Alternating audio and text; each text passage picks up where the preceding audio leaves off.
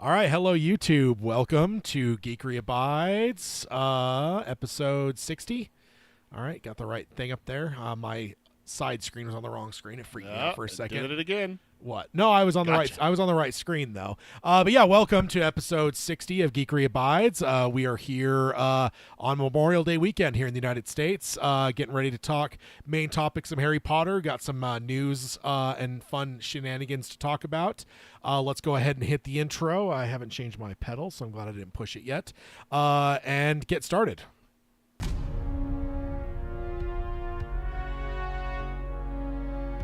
He who is ashamed of his geekery has forgotten the face of Stan Lee.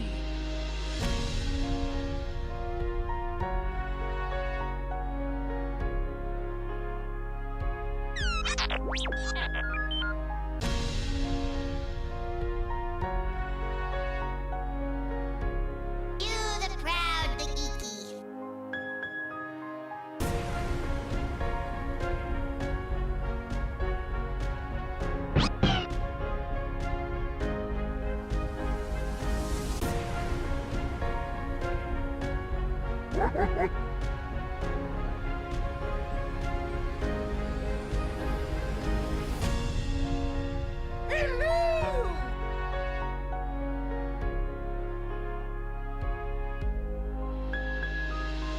This is the podcast, Geekery Abides. Hello and welcome to episode 60 of Geekery Abides. We are here in the lovely Memorial Day weekend here in the United States. My name is Tad, and with me as always is Peter. Hello there. I mean, he's a menace to the my new empire, but he's a good man. Your new empire. Oh man, I love it because like the prequel meme thing, because you and I have been doing that for 20 Dude, we years. did that from like day one of seeing episode 3. Like we were quoting "Hello there, General Kenobi." And just there's a number of things that we quoted. So, but yeah, we're here for episode 60. We're talking Harry Potter, my first exposure to said thing. Peter's been About damn time. Peter's been a longtime fan. I was actually, not to dive into it yet, because of course we got some other things to do first.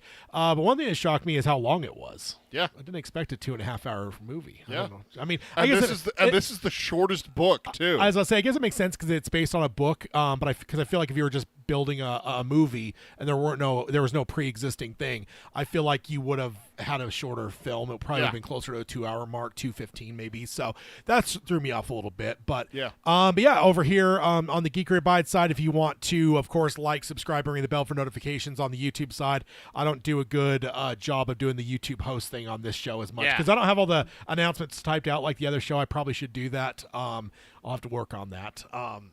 Just make a slide for it. Yeah, I mean, there's that too. And then also, we want to remind everyone that next month, the 2 episodes of next month are both shifted back a week. Yep. So after this episode, we'll not just have a fortnight until the next episode, but it'll be 3 weeks until the next episode. And then after that, it will be every other week for the June episodes. And then from June to July, though, there will be a 1-week buffer is all between. It'll be 1 week after another for the last June one to the first July one. So that's our schedule coming up. But let's go ahead and, of course, if you want to contact the show, you can do that by emailing either of us directly, either Peter at geekeryabides.com or Tad, T-A-D-D, at geekeryabides.com. Did you get any emails for this show? I double checked right before we went live, and again when we went live. No? All right. No one sent me any questions to ask you about Harry Potter, Ted. All right, that's fine. I'm sure you have plenty of questions. Oh, we have questions. And then we alternate on producing the shows every other. I do the odds, Peter does the evens. Yep. Every once in a while we trade, but that's only happened a couple times in the couple years we've been doing the show. So ultimately, if there's like an upcoming show that you have notes about or thoughts about, or you have show ideas, or you want to like whatever, send it to the respective host of that episode. And that is the way to get in touch with the show. And except for, of course, joining in the live chat here. If you're in the live chat, you're, of course, involved in the show as well. Carol and Mike are both chiming in. Carol says, Harry Potter, let's go. Mike says, hi all. Hi, Carol. Welcome to the show. And let's go ahead and jump on over. And Hayden, Welcome, Hayden. Excellent. And I know it would not be too far of a guess for me to suspect that Hayden was not allowed to read Harry Potter as a child. Oh, probably It was not. probably demonic, and I know he couldn't play Pokemon because they were little monsters. So I'm assuming that Harry Potter, just like one of my favorite Simpsons jokes, is Ned Flanders reading the Harry Potter to his kids, and he says Harry and all of his friends were burned and sent to hell for being witches, and the kid, yay! So that's my exposure to probably my first exposure to Harry Potter is the Flanders version. You got to stop teasing us with the Harry Potter talk, sir. 'Cause I know, we want to get there. Yeah, indeed. So let's go ahead and jump on over to watching, reading, playing. What am I doing? Don't forget here? that. Yeah, I almost skipped that. We would not want to do that. So it's your episode, sir. So Hayden says, my mother made me rip up my level 100 Charizard holographic card, FML. yeah, Oh, and my wife's here. Okay. yeah. I was wondering where she was. Yeah, so I assume Harry Potter was a no-go in Hayden's household as well. So, what do you think for watching or playing? Who's going first? You go ahead, sir. All right, so watching, I've got a lot. Malcolm in the Middle, still watching through that. Of course, watching The Last of Us. Poker Face just started back up. I'm a huge fan of Ryan Johnson, and I would say my sell on the show is if you're not watching it, if you're a fan of Knives Out, this is a show for you. It's kind of an old school type show where it's like a mystery of the week type thing. And Natasha Lyonne, you remember her from Detroit Rock City. She's the disco chick in that. I'm sure she's been in some other things, but for me, I know that's the chick from Dude, Detroit Rock every time you say Detroit Rock City, I think of one line and one line only. Which is it, Ted? Oh, there's Because kind of it's one we used to say to each other all the yeah, time. there's a number of lines from that we used to quote a lot. I don't remember. It's been a There's- little bit since I don't remember. Fuck, it's Elvis. Yes, that's it. That's a good Ask one. my wife. I still say that randomly. Oh man, so yeah, Poker Face I would recommend to anyone. It's a lot of fun. Then I've also been I've finished all of Andor season 2, and then of course that led me to Rogue One. So rewatch Rogue One because if you remember on Star Wars, I was doing a live action chronological thing, and so I had just gotten through. I had started I started Andor and realized oh fuck no, Obi-Wan comes before this. Jump back, watched Obi-Wan. Yep. And so now obviously with Andor and all watching through that, then Rogue One, that puts me to the spot where now I got to watch A New Hope. So There you go. that's a lot of fun. It's a top 5 Star Wars movie, of course. Yeah. So. For me, for Rogue you, One? No, A New Hope. Oh, fuck you. Dude, A New Hope's the best one. How dare you? And then I also went and saw Final Destination Bloodlines. That was a lot of fun. A lot of gooey fun. Oh, a lot of ooey gooey fun. Please tell me Hayden went with you. No, I think he was out of town. So I wish you were there though, because it was quite grisly. Well, I mean, we'll just have to add it to the list. I'm gonna say one word, just throw it out there: degloving. They Flanagan to someone? There was a degloving. Oh, yes! It was glorious. I also was on Netflix and found a brand new documentary on the top 5 of their things, but it was American Manhunt, Osama bin Laden. It was a 3-part documentary on the manhunt for Osama bin Laden. That's one I've always been fascinated with. One of my all-time favorite movies of the last 20-something years is Zero Dark 30. I feel like it's one of those movies that any fucking time I can just throw that on and watch. It's almost a 3-hour movie, but it's such a compelling movie that I was like, oh, I'll watch this. Now, of course, that's going to spark me to have to watch Zero Dark 30, but I'll still watch it. It was an interesting documentary. I'd recommend it. I've also still been watching baseball, and of course, for the episode today, watched Harry Potter and the Sorcerer's Stone. I've got back to reading Blood of the Prophets. I'm about 5 hours left of that book about the Mountain Meadows Massacre. And then I've been playing MLB The Show 24. Ultimate Battle Simulator 2, threw that on. I saw you playing that last night. That's fun. I decided to see what 100,000 Roman soldiers versus the Hulk looks like. Wow. I found a mod. It didn't go well for the Roman soldiers. No. It was glorious. And then I also bought a game years ago called City State, a little bit nerdy, kind of trying to deal with economies and all that kind of stuff. Oh, okay. Played that for a little bit. Still nothing grabbed me though since Red Dead 2. Nothing still? Nothing really getting its claws in me. So what about you? Okay. I got to catch up on chat because a lot's been going down. Yeah, I noticed. Hayden said the Pokemon card just sold at auction for Christie's for a cool $1 million. My Yeah. wife said, watching Harry Potter, Ted Lasso, Save the Last Dance, Resident Alien, Last of Us. She is not caught up on season 2 yet. She still needs to. Reading nothing at the moment, and then she needs to jump back into it. And then Mike said, Hayden, you're friends with Tad. She lost. talking about Hayden's mom. Oh yeah. Although I guess he does get passive aggressive remarks about like That's true. certain things where it's I'm like, sure Tad would have liked that. Yeah, it's a Tad and all those horrible movies he exposes you to and stuff. Yeah, that's so, it. Yeah. I mean, I got that from your mom for 20 years now. It's true. It's true.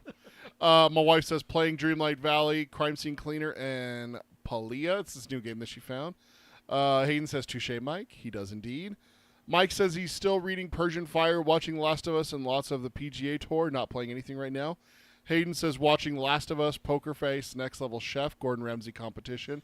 Bad Thoughts by Tom Segura on Netflix, and Hurry Up Tomorrow film.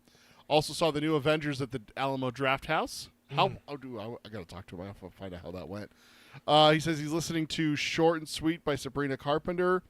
Koi no Yokan by Deftones. Hurry Up Tomorrow album by The Weeknd.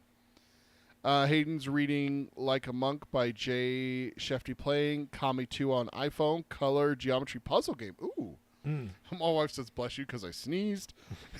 Carol says reading A Ballad of Songbirds and Snakes. That's the new Hunger Games, isn't it? Watching YouTube reactions to Everything I Love. That's Tad's jam right there. It really is. And then still playing Mexican Dominoes. Okay, my turn.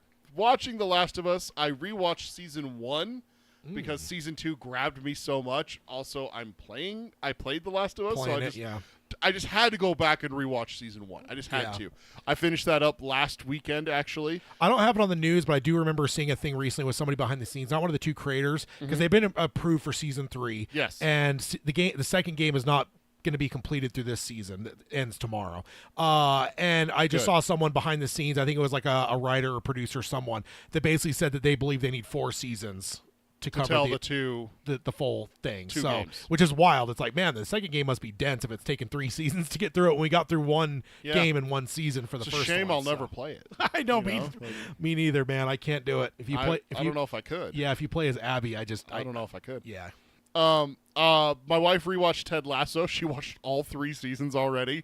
So by osmosis, I watched a bunch of Ted Lasso. I just saw a clip of that where like there was the scene where he's like, it's practice. Like that whole thing where he's yelling at Jamie. Yeah. But like they didn't include the part that he was like referencing something. So the clip made it seem like Ted was legit just like being a dick. Yeah. I'm like, how dare you? I'm like, yeah, that's like not legit. And like I know the actual sports clip. Yeah. So like I knew what he's referencing and stuff, but I was just like, and then when it cut and I'm like, wait, anyone else watching that, if they've never seen the show, they would think that like that was Ted actually like destroying. How dare you slander Ted Lasso? No.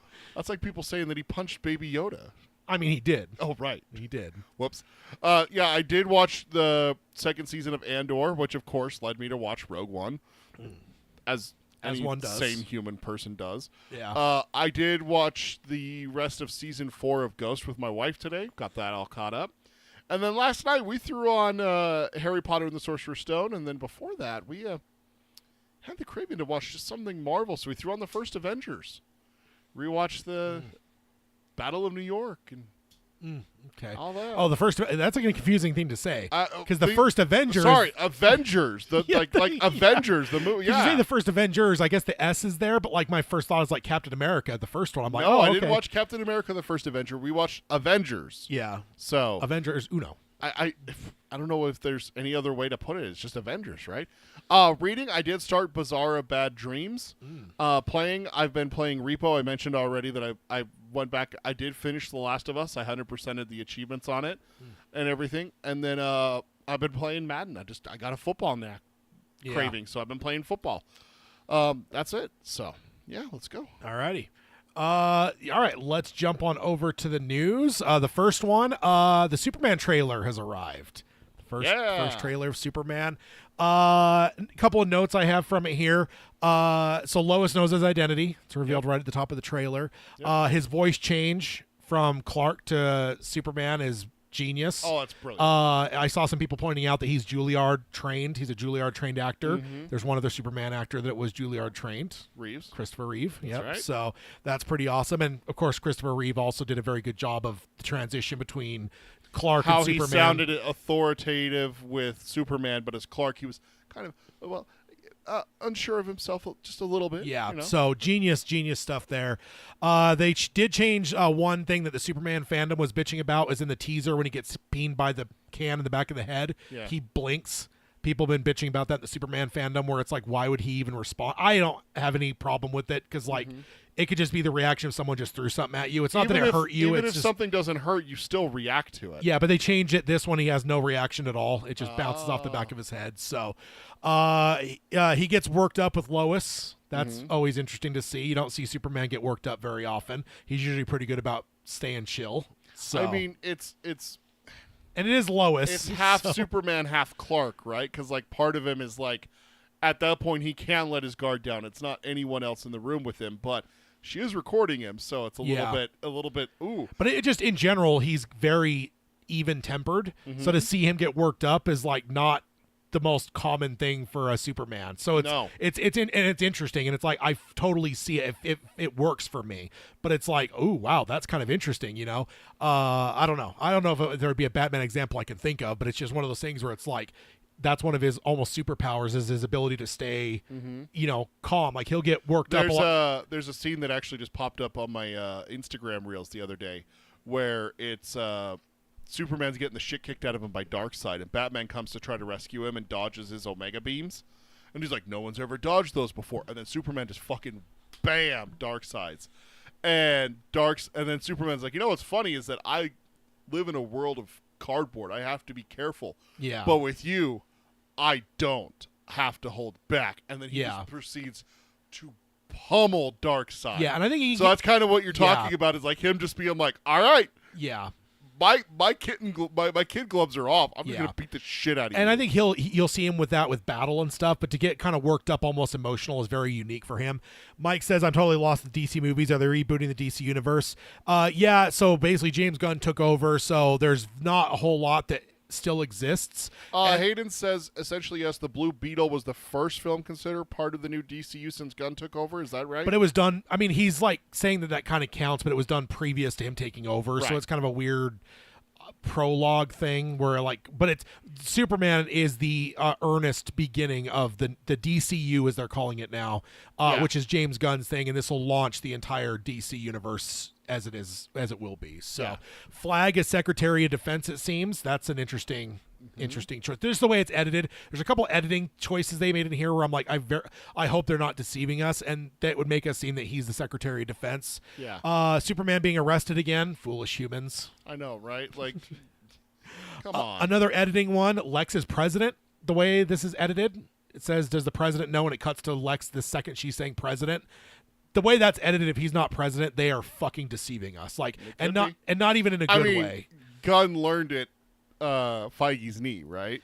No, and I don't think that's even like a good, like, oh, you're like subterfuge with the audience. I think that would just be a complete like bald-faced lie to, like, that would just be a bad edit in my mind. So I think he's going to be president. I think that's because that's happened in the comics. You think he's going to be president, and it has shots of him in his company's building instead of the White House? I mean, there are certain real-world examples. There's a lot of presidents that spend a lot of time. I mean, George W. Bush spent a lot of time in his ranch in Texas. Trump spends a lot of time in Mar-a-Lago. There's a bit difference being at your home versus being at Trump Tower in Vegas. You know, like running a business, you know, I mean, that kind of thing. Mar-a-Lago's a business. So, Fair, I mean, fair. I'm just saying. And like Obama, I forget where his was. I think it was somewhere I think he had like a compound in Hawaii he went to on occasion. So presidents do have that. I don't know. Just the way it's edited, I'd be surprised if he wasn't. Superman getting helped up by the Citizen. Amazing. I love that. Amazing to see. Yeah, because a lot of people like Superman. Yeah, exactly. Lex and some goons finding the Fortress of Solitude.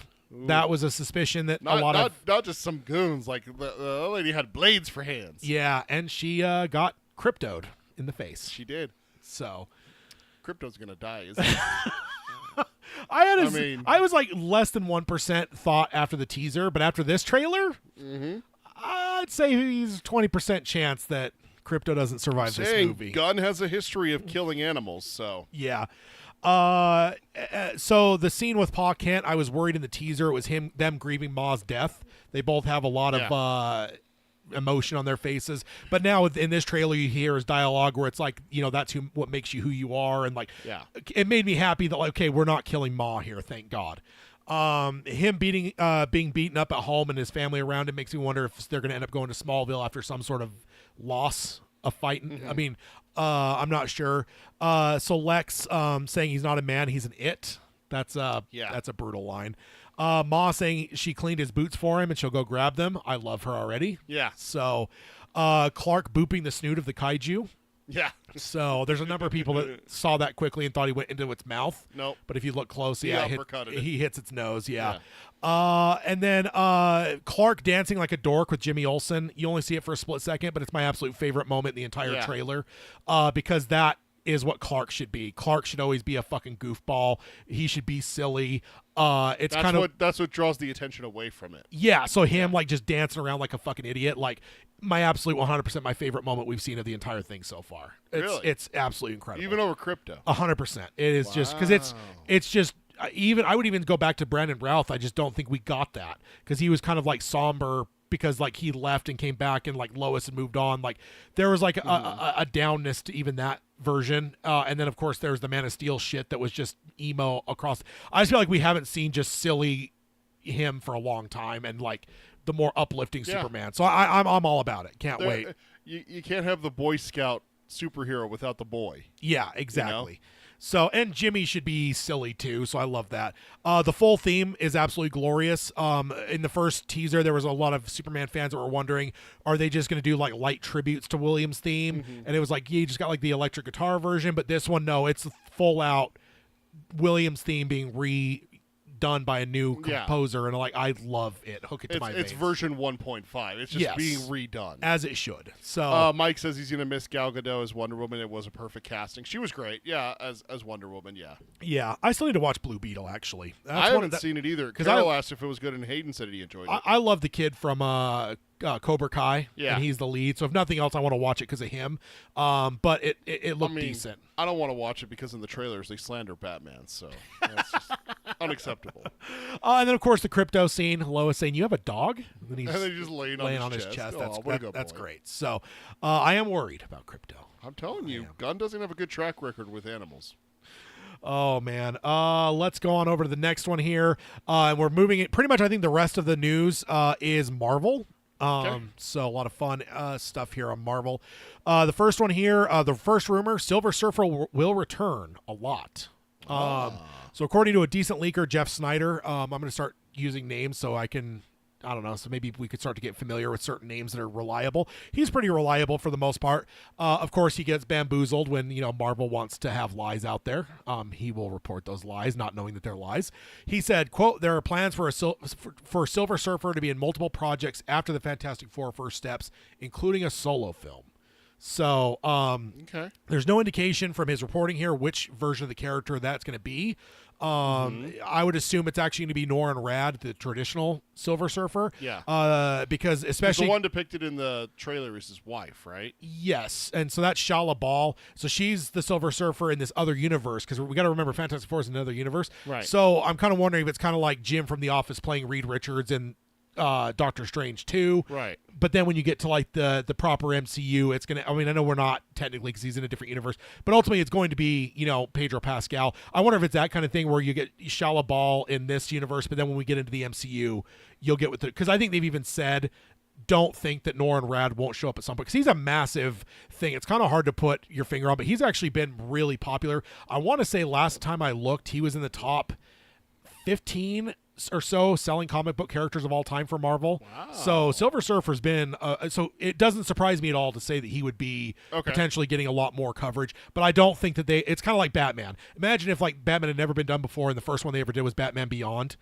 At some point you're going to go and do I almost said Bruce, because like that's Batman, and I just think Silver Surfer's the same way. So I wonder in the MCU if it'll end up being him, and that's who we're going to get the solo film and all this other stuff from. So that's pretty cool. Hayden says Jim from The Office was an FBI agent in Ant-Man and WandaVision. What are you talking about, Tad? I always want to remember Krasinski's name, but he's Jim from The Office. He's Jim from The Office. There's certain TV things that are just so iconic. They're never going to break those roles, right? Like you can't go back and watch The Mist now and tell me you don't see the neighbor and think Holt from Brooklyn Nine-Nine. Yeah. He's now defined as if I see Andy Samberg, I'm like, hey, it's Jake Peralta. Indeed. So assistant to the regional Illuminati. That's good, Mike. Oh man! And next up, we got our first look at Galactus thanks to Snapple. Okay. Snapple put out an ad, and it has the Fantastic Four, and I mean it's animated, so it's not live action, but it's gives us a good idea of what I almost said Thanos. Galactus is going to look like. I'm crossing all kinds of wires in this episode already. But no, I mean when you look at it, it actually looks like the actor a little bit, so it looks. And it looks perfect. It looks like Galactus, right? Yeah. I think we're at this point of the MCU where are you even surprised at this point anymore when they're like comic accurate, or is that just what you expect, right? I mean, we literally just had Wolverine in the yellow suit with the helmet and everything. Exactly. So I mean, but it is cool to see like full on Galactus. He's not a cloud, and it kind of does look like Ralph Innes. Like it has like some facial features that kind of look like that actor. So it's like kind of like Hulk looks like Mark Ruffalo. There's like some Ruffalo mixed into that. Yeah. Red Hulk. Which, by the way, going back to the very first Avengers movie, like, the Hulk even back then looked like Ruffalo. Like they've done a good job. Oh yeah, since Red then. Hulk looked like Harrison Ford. Yeah. Now one that always throws me off when I go back and watch old MCU, especially Phase 1 up to and including Avengers, Chris Hemsworth looks weird. Dude, it's the blonde eyebrows. All of it. Dude. He looks way younger. There's like, I mean, his hair color is darkened over the course of the movies. So seeing like the almost bleach blonde hair is like, there's just so much about it where it's just like, but it's one of those things when it's like when you see a person every day, you don't notice differences. But then when like someone that doesn't but when you go back and look at their 6th grade photo, all of a sudden you're like, wow. Yeah, like what the fuck? That's you? It's that kind of thing. We grew with Chris Hemsworth, so it's like it just seems normal. But then when you go back and watch Avengers, you're like, whoa. Like he throws me off more than anyone else in that movie. Chris Evans. His hairstyle and everything, I'm like, dude, that's not Chris Evans. Yeah, he is fresh off of the 40s though, so he's probably still got some terrible. Also, 40s he's missing hairstyle. his best feature, that beard. Nah. Mike says Galactus looks like he's sponsored by Beats by Trey. That's good. So, I'm looking forward to it. I do wonder if the final trailer, whenever that comes, that we'll end up seeing a full reveal of Galactus at this point pretty soon. So, Chemical says Galactus was supposed to be the ultimate Marvel villain. Now it's Robert Downey Jr.'s birthday party costume as Doom. Oh man. So next up we've got Vision Quest details from the showrunner. So this is from Terry Mateless, which is best known from a lot of people from his movie 12 Monkeys from back in the 90s. But also the final season of Picard. He came into this 3rd season of Picard and made just an incredible season of television. If you're a Next Gen fan, highly recommend it. But he joined the Katie Sackhoff podcast. Of course, Bo-Katan for all of us. Also, she was one of the victims in Halloween 8 Resurrection. Katie Sackhoff was in that. not a great one. Not the best one. Not a great one. She actually sued them too in that. Because her character flashes someone, but she still wears a bra. Yeah. But she didn't want to do that scene because she's like, even if I'm flashing with just a bra like that, I'm not comfortable with that. So they used a double, but the way it played, it looked like it was her. So she sued as like, you kind of like misrepresented. Yeah. So I don't know if she ever won on that, but yeah. So, but I love Bo-Katan. But yeah, he gave some details on Vision Quest. Okay. He said, quote, there was a kind of log line that was very specific, kind of like it's this and this and this, but there are 1,000 ways to do exactly that, and I'm trying to figure out how to vaguely respond to you. But it was an opportunity to be like, okay, if you want to do this, then you kind of also want to do this and this. And it became this very collaborative experience that's just been really wonderful. And he goes on and says, and it doesn't have to be with the biggest, most successful studio of all time. It's been a really wonderful creative experience, and I think that we're making something really special.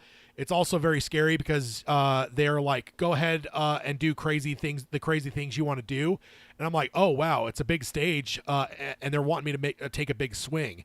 But I guess that's a good place to be, which, again, I just want to I love to highlight that, too, because there's a lot of people like, oh, yeah, like, I don't know if Marvel really lets these directors do their thing or if they just, like, micromanage them and stuff. And it's like everyone we've ever seen and, like, interviewed is like, no, they give you creative freedoms. And I think that, like, when you look project to project and the varying degree of, like, of how different they all feel, right? Yes. Like, shows you that these directors have the ability to put their fingerprints on. It doesn't feel like one of the big things is that me and you both have a dislike of Sony Studios. Yes. Like we both have, and fairly. And it's fairly, but also one of the big things is the Dark Tower, which we're huge fans of from Stephen King side of things, which obviously we don't talk about a lot on this show. But other Sony projects as well, we've talked about them before, and it just felt like we're like, man, that movie felt like it had too many chefs in the kitchen. You know, like there was too many people pulling this film in different directions, and it was fine, but it could have been better and everything like that. Yeah. I don't think I've ever had that reaction to a Marvel movie. Yeah, correct. Movie, yes. Movie, yes. Shows, Secret Invasion. Shows are a different topic. Yeah, for sure. But movies, I've never really felt that way. And if anyone wants an example of, well, Marvel doesn't let people do things different. Okay, go tell me that Guardians of the Galaxy wasn't revolutionary when it came out. Yeah, and that was completely different from anything else. Like any other superhero movie out there, nothing came close to what Guardians of the Galaxy did. Yeah. James Gunn was allowed to do whatever the fuck he wanted on that show, basically. Yeah. So that's where I'm saying, like, if people are going to say, like, oh, they're micromanaged, everything like that, well, let's compare apples to apples then, right? Like, yeah. Go pull up a Craven movie. Yeah, which Hayden brings up in the chat. Yeah. Sony Marvel feels like they're directed by committee and execs. Yeah. Yeah, they're terrible. Yeah, exactly. Stuff like that just doesn't... dude, I never want to see Craven. I saw a picture of Rhino from that. I have no desire ever to see that movie. It was like trending on Netflix, and I'm like, nope. Yeah, I don't know if I've seen any Sony Spider-Man except since the last Garfield movie. I think it's the last Sony Marvel quote-unquote movie I've seen. Into the Spider-Verse. That doesn't count. I mean, animated. It's Sony. Yeah, but that's animated. They just let what are their names? The dudes that almost did Solo. They let those two just cook, and that's why it was what it was, right? Because they're like, it's animated. We don't care. Go do whatever you want. Yeah, go do what you want. It's but animated. with live it's not action, gonna make us any real money, but then it did. Then it was the best one that they've done. Yeah, exactly. So you're true on that, but So then he goes on and says the timeline is definitely navigated. At the end of WandaVision, the original Vision was rebuilt and weaponized and then had a moment of discovery and acceptance of who he was. Yep. Then he flew off. Vision Quest is following the character and that character's journey. So I've had some suspicions that this might be where, they maybe go and find Tommy and that Billy will connect with him and like whatever. But with that last sentence there, it makes me wonder if this is going to be 100% Vision and we may not see the boys at all. I don't think you're going to see the boys until Young Avengers. Yeah. I think that makes sense that you see Young Avengers forming and Billy goes to find Tommy. Yeah. Like, wouldn't that make sense? I mean, not in the context of a Young Avengers movie, though, because it's kind of like Avengers, right? You can't have too much heavy lifting for any one character. Like, I feel like Billy trying to find Tommy is, like, very solo-ish versus, like, if it's just assembling the Avengers. Like, but what if you do the Young Avengers... Season which, one, of course, is Champions, right? We're saying Young Avengers, but Champions is what they're calling it now. But what if you do episode 1 is Kate Bishop, episode 2 is Billy, episode 3 is Tommy? You're right. You could do an assemble season and just assemble the team through the first season, right? You're right. And then at the end of the season, they have a fight. I guess I'm still thinking movie because I do think a Young Avengers movie is in the offing. So that's what I'm thinking is movie. But yeah, if they're doing a show, then like for sure, like that could be a thing. So Mike has a tangent. He wants to know what's on your shirt. Haddonfield Memorial Hospital. For if you don't know, Mike, that is the hospital that Michael Myers is at. No, this is the hospital from Halloween 2. Oh, this isn't Smith's.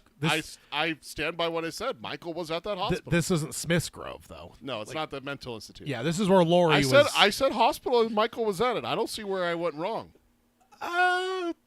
He was at that hospital. All right, I'll allow it. But you're on thin ice, sir. You're on thin ice. Tad right now towards me. Go to hell, Powers. Yeah, pretty much. Chemical says Vision is ace in the hole. Yeah, so I don't know. I'm just interested in. I'm still interested in this because the Vision stuff is really fascinating, and it will play. Like I still almost see it as like a subset of the MCU as the WandaVerse. Yeah, and this is definitely the next step in that. So I'm interested in it. But I guess I always had this thought that like part of the Vision quest would be rediscovering himself. He'll find Billy, and then they go to find Tommy, and then the end of it is like now we got to go find Mom type thing. And again, I'm never gonna let my hopes or expectations cause me to like or dislike something. Like I'm open handed with all my theories, but yeah. So that is that one. Next up, that's one of the big things about Tad. If you haven't ever heard him talk about it, is that he loves to theorize with with trailers and stuff like that. He's talking about one for Superman that Lex is president and everything like that. Now, if Lex isn't president, Tad's not going to be a pissed off comic fan over here. No, he's gotten to a very healthy spot where he likes to theorize, but if he's wrong, let it go. Okay, yeah, that's fine. Just let it go. Yeah. Next up, rumor that Luke Cage and Iron Fist are going to be in Daredevil Born Again. So, a leaker that I'm not as familiar with, so I can't speak to his history, says that he expects all of the Defenders to show up in Born Again at some point. So I guess that doesn't necessarily mean season 2, but he does believe that they'll be there. I mean, the showrunners or Disney or someone talked about, we're going as long as they let us. Like we're going to go. The head of TV has basically said that, next year we have season 2, the year after that season 3, and then season Infinity. Like, the thought process for this is that's what it was. Yeah, it's a long run. I knew someone said something about them just being like, just fucking go. Yeah. And then asked further about Danny Rand, and he said, quote, "You know the trope of the once powerful character who, after an incident happens, decides to retire his mantle and refuses to have anything to do with it until a younger protagonist type hero forces him out of the funk to become a mentor to the next generation hero." And that's the only statement he made. So maybe Danny is going to end up being kind of the okay. So I watched a recap video before, for like everything on Netflix. Before Daredevil Born Again, because it had been a minute since I'd watched a lot of stuff. I did find out that in season 2 of Iron Fist, the chick that's Danny's buddy, she runs like a karate studio. Yeah, apparently she gets an Iron Fist. So I wonder if that's who they're talking about right there. And I know you haven't seen season 2, so I didn't even finish season 1. I wanted to bring that up to you because I don't think you would have known about that. Yeah, so, I don't remember her name, Kim or something like that. She apparently he has the yellow Iron Fist. The bad guy in season 2 has a red Iron Fist, and she has a white Iron Fist. So there's different colors. So they're like Power Rangers. Yeah. And I know Carol's saying she's kind of burnt out on Marvel, and her Thunderbolts are good. Yeah, and that's totally fair. Yeah. I will say Thunderbolts was really, really good. It felt almost like an indie film, and it also had a pretty heavy undertone of mental health, which I thought was really cool. It was. Carol, you would dig it. Yeah, I think she would. Next up, we've got some X-Men rumors and details. So Jeff Snyder said, and he's one that's been pretty consistently good over the years with leaking stuff and scooping stuff, said that the strategy for X-Men in the MCU is going to be build the entire franchise around and on top of the foundation of Professor X, Cyclops, and Jean Grey. Okay. They'll basically establish and really firm up those 3, and then everything else will build from there. So probably not a bad trio to hang your hat on. The foundation of the X-Men, right? Like, it's Professor X who founds Xavier's school, and the X-Men. Cyclops is his first big find, and then Jean Grey is one of the most powerful beings ever. Yeah, and then beyond that, I mean, there's a couple X-Men that were there early on in the comics, but like that is still that is still your. No, she comes a little bit later. Oh, okay. Early on, it's Beast, and then Iceman, I think, are the originals on top of these two. Okay. It was a very small team.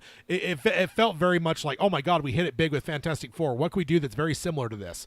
Oh, what if we did a whole team of teenagers, but instead of 4, we'll do like 5, and then you'll have this weird brooding like teacher that's like behind them or whatever. So the idea being they really lock these 3 in and then build out the rest of the X-Men. Also, the rumor that Harris Dickinson is no longer in the running for Cyclops. He was being rumored as Cyclops, which makes sense because he just nabbed the role of John Lennon in the Beatles quartet of movies. Yeah. So it's probably not likely that he would be able to play Cyclops. The 2 rumors he does give are Coleman Domingo. And he was in Fear the Walking Dead and Your Friendly Neighborhood Spider-Man. He voiced Norman Osborn. He also got not Academy Award, an Emmy nomination for Euphoria, and he was just Oscar nominated for Sing Sing. He is being rumored as Professor X. He actually interviewed for Marvel about doing Kang and replacing a very terrible person, but that didn't pan out, and neither side felt that it would totally fit right. So it sounds like he's already been in the talks. He's already worked with Marvel a little bit.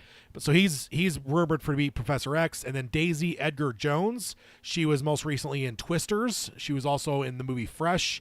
And then the show Under the Banner of Heaven is being rumored as Jean Grey. And I watched Under the Banner of Heaven. Is she... I forget which one, but she was also the lead in Twisters. So I still haven't watched that.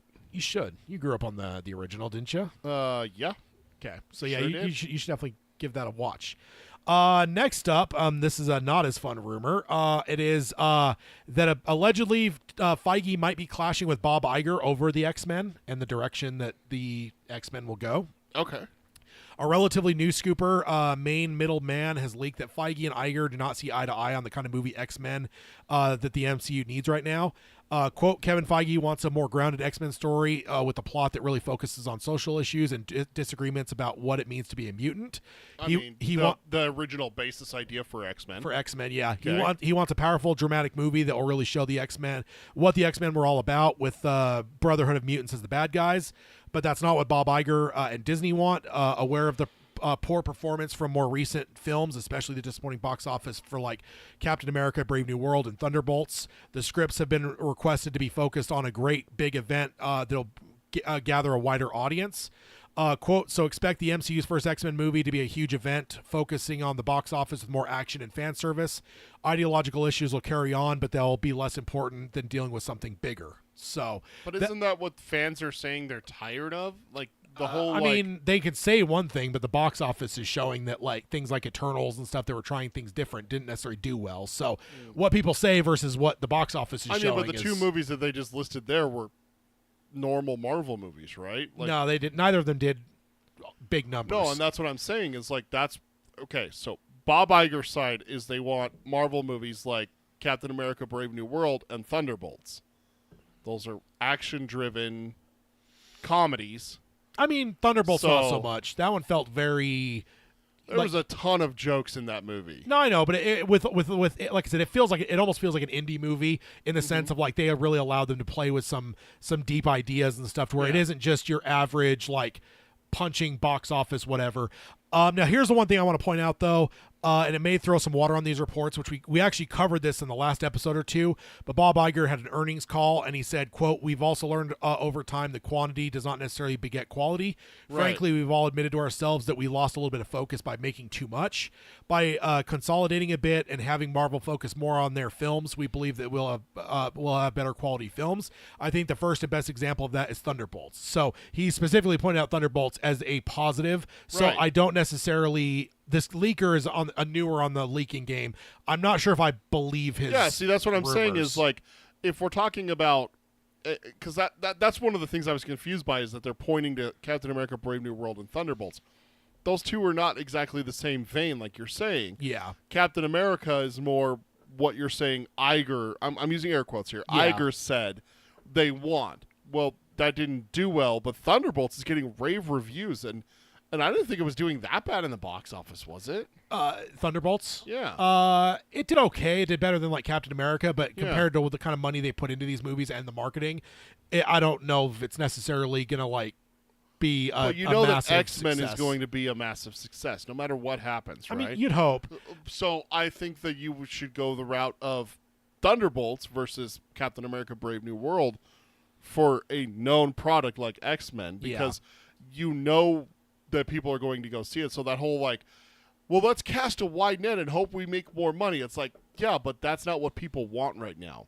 That's been the complaint against Marvel. It's like Yeah, it's but the same thing over and over. The way again. that Iger's going to see it from the top, not necessarily knowing it as deep as you and I, is he's going to look at like Infinity War and Endgame and say, see the kind of money those made? That's the kind of movie you need. Or the last Spider-Man movie. Right. It's like those are big things with big things going on, and audiences came out but in you droves. have to build to that. No, I know, though. but That's that's not what he's going to see, though. He's just going to see that, like, oh, those movies had much bigger scale, and they were more widely, like, they're more broad, and they had success, and that's what he's going to look at. I'm not saying he's right. I'm just saying that's how he, at the top of a fucking empire of things, is going to see things. He's looking at the successes and going, I want more of those. But the problem is that we have to build to that. Yeah, exactly. Carol did say that she was interested in X-Men, but that she does hope they move on from the previous cast members. I do believe they're going to do that in the MCU, but the old cast members are going to be showing up in Secret Wars and Doomsday. I mean, we know that already because we saw Beast in the Marvels. And the announcement of all the people had a shitload of... Kelsey Grammer was there. Patrick Stewart was there. Yeah. And then Chemical says, real question, who's the new Wolverine? That's the $1 million question there for sure. Henry. Hayden says tonally Thunderbolts felt like an indie drama in my opinion, and then Carol says using Eternals isn't fair. It was caught in the COVID madness, and I totally agree. And I love Eternals.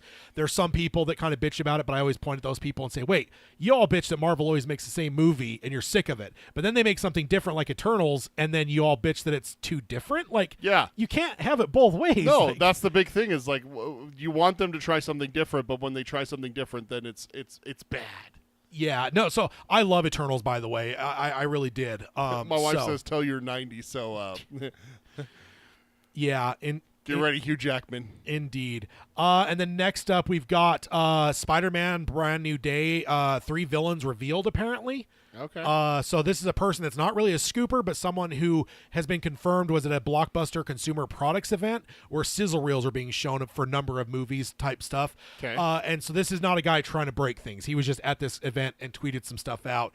He revealed that in a sizzle reel that was shown for Spider-Man Brand New Day, Scorpion, Boomerang, and Tombstone were all shown in the sizzle reel. Scorpion makes a lot of sense. He's already been hinted at in earlier and film. established, yeah. So, and Scorpion was still played by the brilliant Michael Mando. Good. The other two would be their first time ever appearing on film, which we've had rumors that there would be brand new villains we've never seen before. Tombstone's a good one. So that fits, indeed.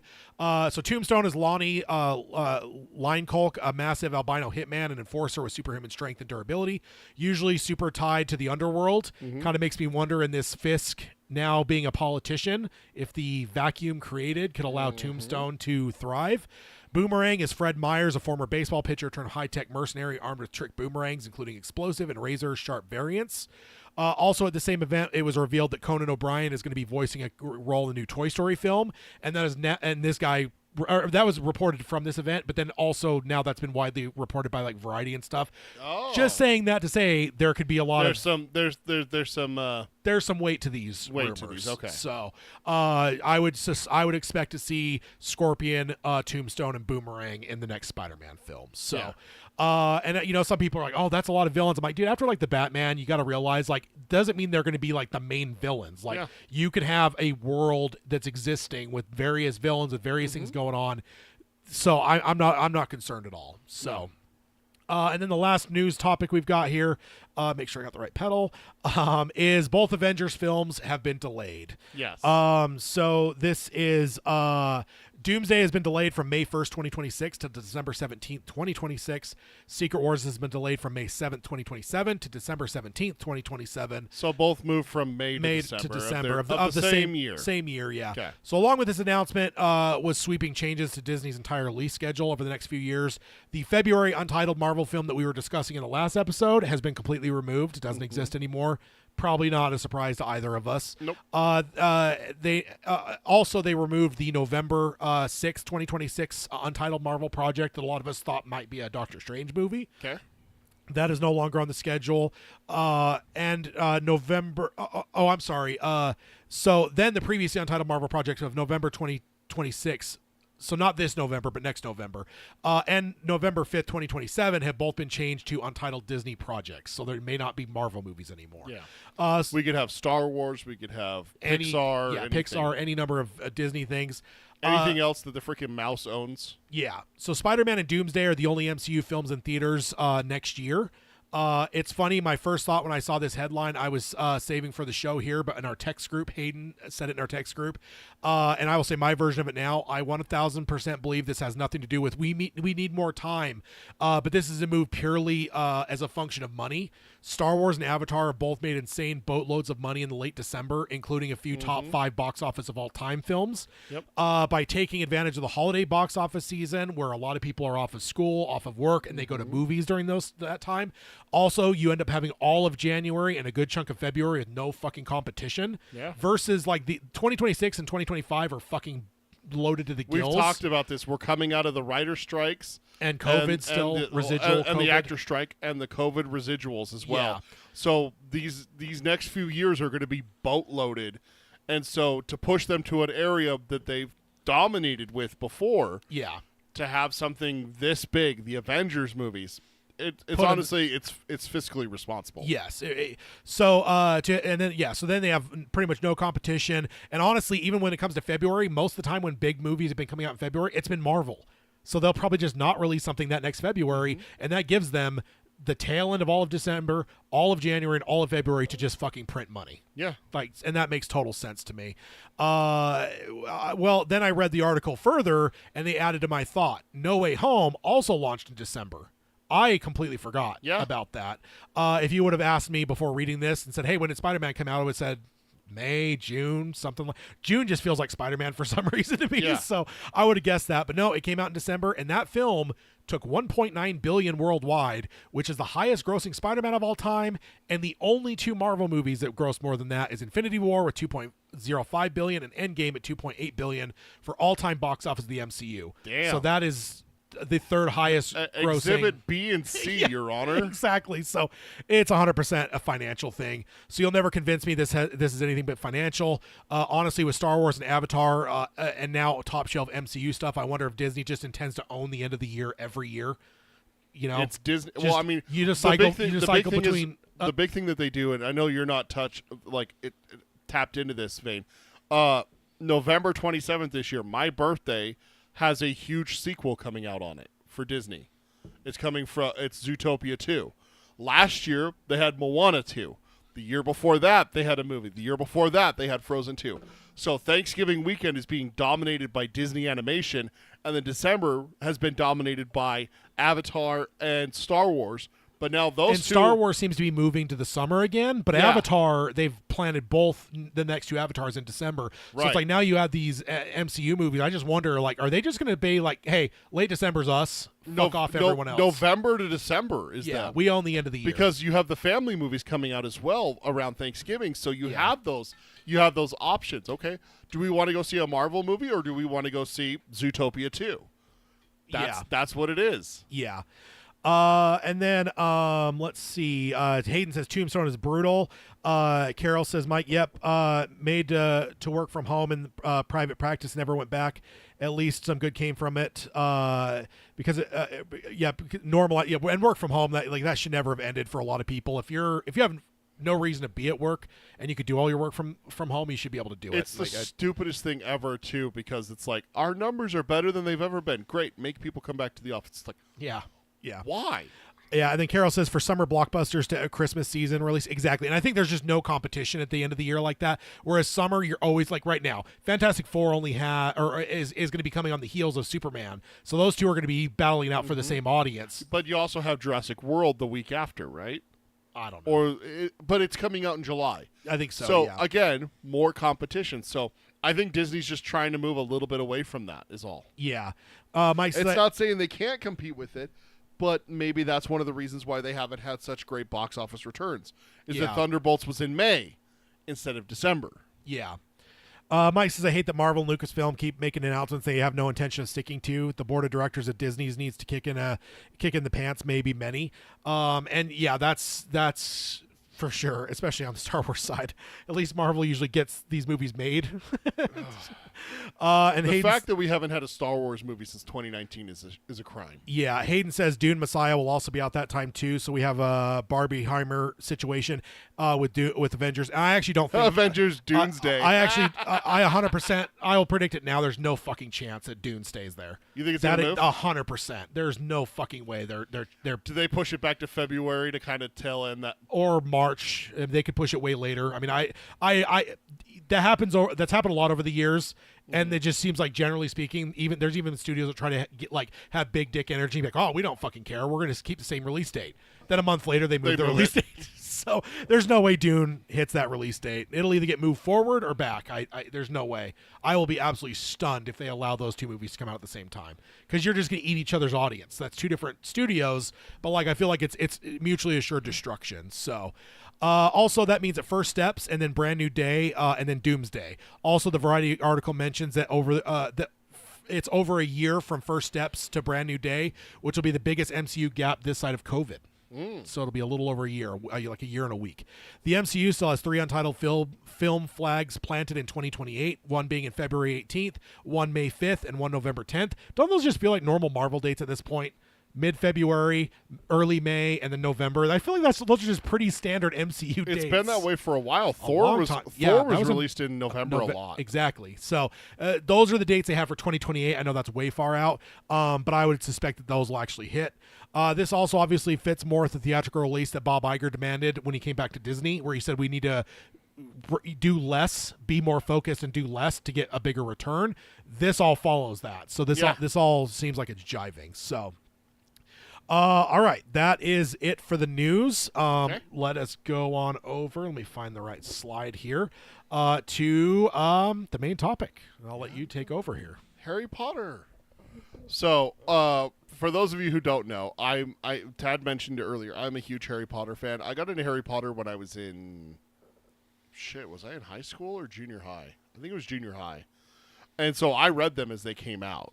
You did not. No. You've never read or seen Never any of them. Never read a word, never seen. I mean, I can't say I haven't seen a second because there's like clips that get There's shown, a lot of like stuff. whatever. Yeah. So, Not to mention the memes and everything. oh yeah, as well. I mean, yeah, there was a couple memes I saw. Yeah. For sure. So, yes. So the first thing, let's start off with that thing I asked you to prepare.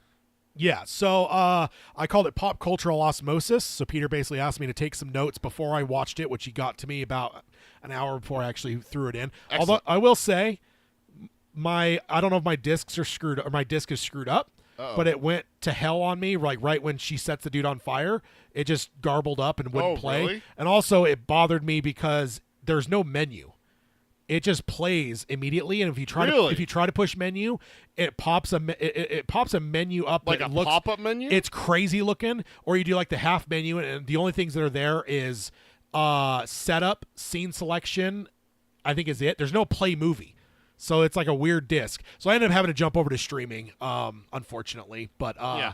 I don't know. Yeah, it just garbled up. Okay. So, but yeah, so you caught me before it, so I did fill out some stuff here. That's good. Let's see. Look at the chat. Does Tad know? Yeah, I do know Okay. there's a different name. There's no way you're not gonna know that. Now I don't understand that though. After I watch it, because I'm like, this isn't just like an abstract title of the book. Like there's actually a thing called this. Like, how the fuck does she change it from one country to another? That In the book in England, it's called the Philosopher's No, I Stone. know, but- in the book. I know, not, but how does she change that from one like publishing in England to publishing here? Like, it's like changing the One Ring to like, oh, that One Ring. Like, just it's weird to change. Because I guess I always assumed it was an abstract title that had nothing to like. There was no such thing as a philosopher or whatever Sorcerer's Stone. I just thought it was like Yeah. the name of the book. So I'm like, okay, makes sense. We see movies all the time that have different names and stuff. So then when it actually becomes a plot point, I was like, You're like, wait, what? what the hell is going Yeah. on here? It threw me off a little bit. So here's my notes I took before watching the movie. So I know that the movies are essentially a year at the school for becoming wizards.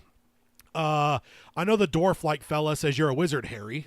I believe it was You coming said out. dwarf-like fella? Yeah, I didn't know that he was giant. I thought he was a dwarf. He looks like a dwarf. Okay. Tell me he doesn't. Oh, you're thinking like Lord of the Rings dwarf with like the big shaggy hair and Yeah, everything. I also thought he was small. Because I just looked at him and went, oh, that's a dwarf. So I thought Okay. he'd be Gimli, so that turned out not to be true. I believe when it was coming out on DVD when I worked at Suncoast, and we had like a thing on the screens that played a 15-minute loop of things, and that's a line that I heard a lot. So there's no way I didn't know that line. The other one that always sticks with me, a little fun bit of trivia, was from Band of Brothers, when it's Lieutenant Meehan at the briefing for Normandy. And he says each trooper will learn this operation by heart and know his and every other outfit's mission down to the details. That line is in that fucking thing. I heard it so many fucking times that is like that lives rent free in my head. Gotcha. And those are the only two things I remember from that Sizzle thing. reel. But like Yeah. those two just stick in my head. So Okay. yeah, I know there's a trio with Harry Potter and a ginger and a girl. I assume that she's gonna be the smart one and the ginger's gonna be a goof off because I just feel like it's normal for like the girl to be smart, I guess, in these things. So that was just my guess off the top of my head. Okay. Also, I have a feeling that there will be some kind of romantic thing going on, and I have a feeling it'll get bamboozled and it'll end up being the ginger that ends up with the girl and not Harry Potter. Okay. That's just a guess. Okay. I know Gary Oldman's in it down the way because Yep. it's Gary Oldman. Yep. I mean, he could have been in this movie for all we know. I mean, You never know. yeah, he was a door. he probably could have He been played a door. or the three-headed dog. Oh. That could have been Gary Oldman. He wouldn't have even needed makeup. Nope. He would have just thought really hard for a second. And he becomes the three-headed dog? Yeah. Then I know there's an evil dude who is either looking to destroy the school or kill Harry Potter. I don't know what his necessarily endgame is. Okay. I've also seen some squint hard enough, and it's similar to Luke Skywalker. So I expect that he has some larger importance into the world. I assume he has no parents, and I assume that they at the school understand that he is important, but I am guessing that he doesn't know that. Yeah, just Luke Skywalker thing, and maybe the Luke Skywalker thing's also where I'm like, he's not going to end up with the girl. Yeah, like it's Han Solo that'll end up with the girl. Now, I don't know that he'll end up being his sister. Yeah, or she won't end up being his sister. But I just have a suspicion that if it ends up being a romantic thing, that he'll. Okay. Yeah, I don't know. That just feels right. And I know he has a scar on his face somewhere. Beyond that, I'm not sure much, but I am sure there will be some Leo memes due to memes or lines I've heard, not knowing it out of context. Like, I should not have said that is definitely a meme I've seen a lot. I'm sure there's at least a couple others, but I can't remember what they were now. But there's a couple where I'm like, I've that sounds familiar. Or worse, expelled. That's one that is world renowned. Like that's said all over the world, and it is a meme and everything like that. So. Yeah. Is that it? Yeah, that's all my notes that I took before watching. Did I miss anything in the chat here? They're talking about your ring comparison. Oh, It'd yeah. be like the Fellowship of the Ring versus the Ring team. Yeah, just exactly. It just seems crazy to me. Like when they mentioned it in the movie, I was like You're like, wait, what? I was taken aback. I almost paused it because I'm like, wait, this is like a real thing? Like, because there's a lot of movies or books where there's just like an abstract title that doesn't really have like title, like it isn't always like, oh, they said the title. Sometimes it's just there's an abstract title, and I don't know, the Sorcerer's Stone just felt like it could be like an abstract title. So just because of the name change probably made me think that. But yeah, those are the notes I took before watching it. And then I said earlier in the episode I was also surprised how long it was. A little bit longer than normal kid movies, right? Yeah, I expected 2 hours. So when I said 2.5, I think I read like 159 minutes. I'm like, that's not right. I'm like, that's like an hour, or that's like 2.5 hours. There's no way it's that long. Yeah. And then I like pulled up the disc and hit like my thing that shows like the counter. I'm like, my God, it is that long. Like, oh my God. Yeah. So you did have to switch to streaming. Yeah. Unfortunately. At that point, when she sets the dude on fire. Yeah. So, also, never once in the movie did I believe that he was a bad guy. They were trying too hard on that. Oh, Snape. Yeah, there's no fucking way. And I suspected the dude with the turban a little bit. Okay. Because he was introduced, called out by name. Yeah, exactly. And I was just like, they were just trying so hard to make him look bad. And I'm like, I know he's the freaking diehard villain, so he can be evil. But there was just part of me that was just like, they tried too hard, and it made me, because there's that point, like if you watch mysteries, it's the same way. Sometimes they're trying so hard to make you think A. They're like, nope. There comes a point they cross a line where it's like, it's not A. There's just no fucking way it's going to be A. It's that way with professional wrestling. Yeah. Oh, this character was attacked backstage. Who was it? Yeah. Well, it was obviously Tad. Tad's the one who has a beef with this guy. Yeah. Nope, they're pushing it way too hard. Yeah. Way too hard. It's obviously not him. Yeah, and I kind of got I have the impression that he's in it more, and I'm like, so if he's like got nefarious things, I just don't think that would be a character that then plays into multiple films. I feel like that's like going to be it feels like it'd be close-ended. Like if you're the person that's trying to like upset the apple cart, you're not making it past the first film. Like would be my thought. And I'm like, I'm pretty sure he's in more. I can't point to anything that I know for sure that like he's in multiple, but I just assume. Like I've seen interviews with the actors where they talk about like, interact with him on set and stuff like that. And it just gut check. I was like, I don't know that was enough in one film for that to be him. So I think he's in more, and they're pushing too hard. There's no way he's the bad guy. This is fascinating to see this because, like, for me, I obviously know like everything that happens and why you're feeling this way and why it's justified and everything. So it's fascinating. I do want to throw out a caution in the chat.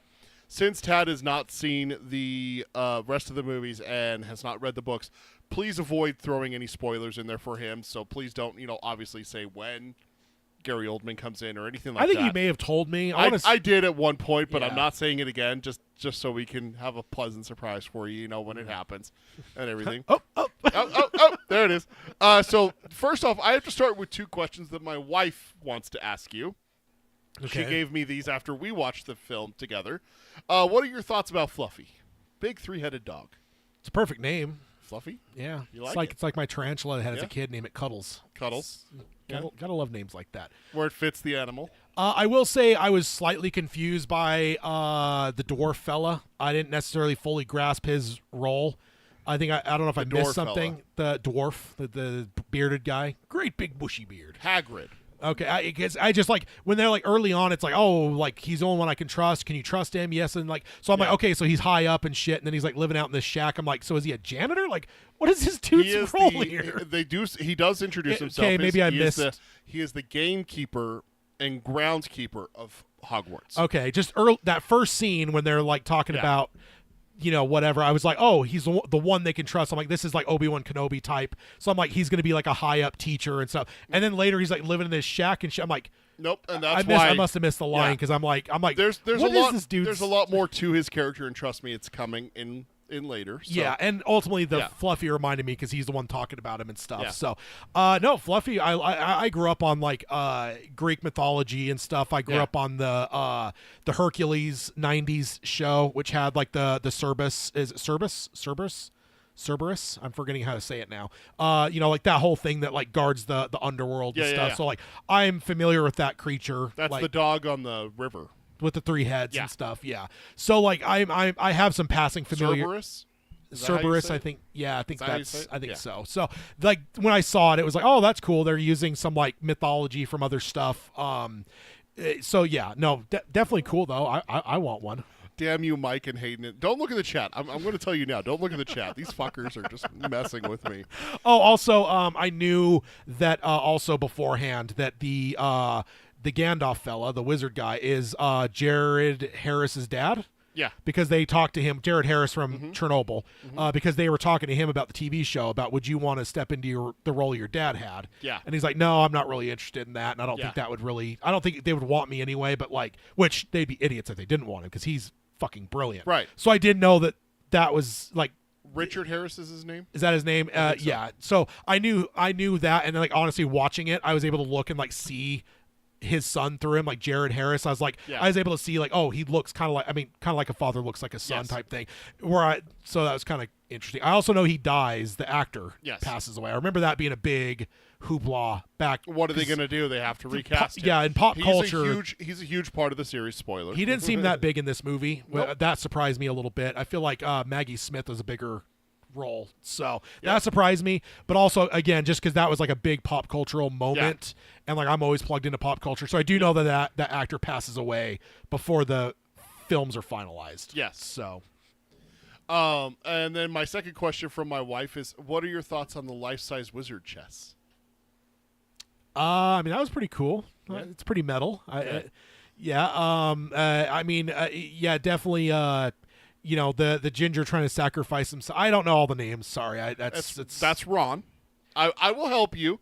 That's Ron. All right. I it was cool to for him to have his.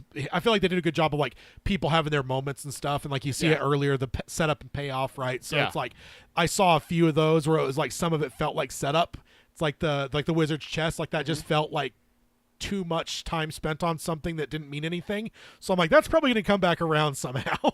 We also have to remember a lot of those times where they're doing stuff like that, that's just showing stuff from the books, giving fan service. No, that could be, but there's like there's one thing of like maybe someone playing in the background, or he's playing it for a second before he stands up and talks. But the fact they spend a few minutes or seconds looking at the board and seeing it go, I'm like, that's gonna pay off. It's me, dude. Okay, the way I look at media, like I mean, you weren't wrong, so I can't fault your logic here. I'm reading the tea leaves, and I do that all the time, and I like to know, I like to almost view how storytelling works. Sure. And I think I frustrate you and Hayden and stuff over the years where like I'll guess things because it's just like, dude, it's the way stories are set up. Yeah, it's the way stories are set up sometimes. And it's like it's one of those things where kind of like when you push too hard on a character, that's not the person. Yep. Sometimes they just spend and sometimes it's even just a few seconds too long where it's like, that felt too long. You could have tightened that up a bit, and that feels important. So that's probably going to be important. Yep. So it was cool though. I mean, that was some of the effects were slightly dated. I'm not obviously I don't care about that. Like I watch old movies all the time, so I don't like. I'm not like a young millennial that's or not young Gen Zer that throws fits because like, oh, that doesn't look good enough. That never really hit me, but the chess thing was pretty cool. Cool. Carol asks, is Tad reading the books too, or just the movies? It's if not question, is seeing the movie motivation for him to listen to the books for him? The plan is for us to watch the movies first. Yeah. Tad likes to consume movies first and then the books because the books usually are fuller and bigger pictures and stuff like that. A lot of people get butthurt when they read a book and then it's adapted poorly or different. Lord of the Rings is what taught me on that, where it's Yeah. always better to watch and then read, because then you can take maximum enjoyment of both. That's the big thing for it. Yeah, I forgot versus about if that. you read then watch, you're always going to be comparing what they did or didn't do right. So Yeah. I like to watch and then read. So I think the plan is go through all the movies, and then probably sometime into next year we'll dive into books. I mean, this probably won't even get done this Yeah. year. So going through these, because I mean we don't have that many episodes. No, we left. don't. It's pretty wild. I mean, we're No, already, Mike. To follow up to Carol's question, is Head going to finish the series or stop at 2? No, we only have 2 scheduled so far. We are going to go through all 8 movies. That's for sure, and then we will go through all 7 books. Because if you stopped and Gary Oldman wasn't in one that I had seen yet, I would throat punch you. Exactly. You would deserve it. No, I would not. Yes, you would. You would deserve it for not watching a Gary Oldman movie. These are 20-year-old movies, Tad. It's not my fault you haven't seen them. I have slummed with some pretty terrible movies that Gary Oldman has been in. And yet you haven't watched the 8 Harry Potters. That's not my fault. I do need to look at my disc closely and see if, and I guess I didn't want to fully reboot my my player, so Yeah. I can't, because the discs are almost brand new. I think my nieces watched them a couple times, Yeah. but I looked briefly, but I'm like, I don't want to turn my whole system off, turn it all back on to reboot everything and try again. I'll just jump to streaming. I'm sure they're on streaming somewhere. So They are. I used my Roku, has a little thing where you search and it shows you what apps, and if you have the apps, you just click and it goes into the app and brings you right to the movie. I was like, That's really cool. That's pretty handy. Yeah. My most important question that I took this question, I had it on the list, and then I realized that's the most important question I could ask you, so I put it at the top, right under my wife's question, because I promised her I wouldn't forget. How was the score?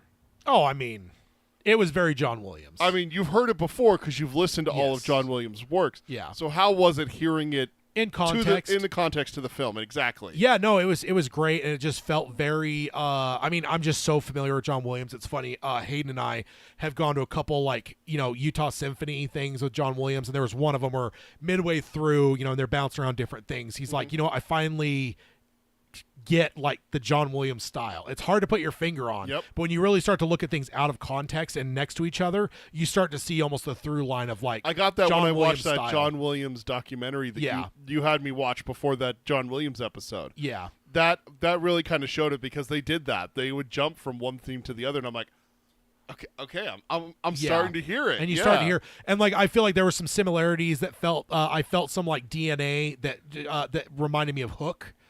Score wise, there was some moments, not heavily, but there were some moments here and there where I'm like, that sounds very similar to Hook, which makes sense, right? Whimsical, far away, It's children, 5 years after Hook, so it's and it's probably close still in pretty- proximity. Yeah, exactly. Close in proximity. So I absolutely adored it though. Good.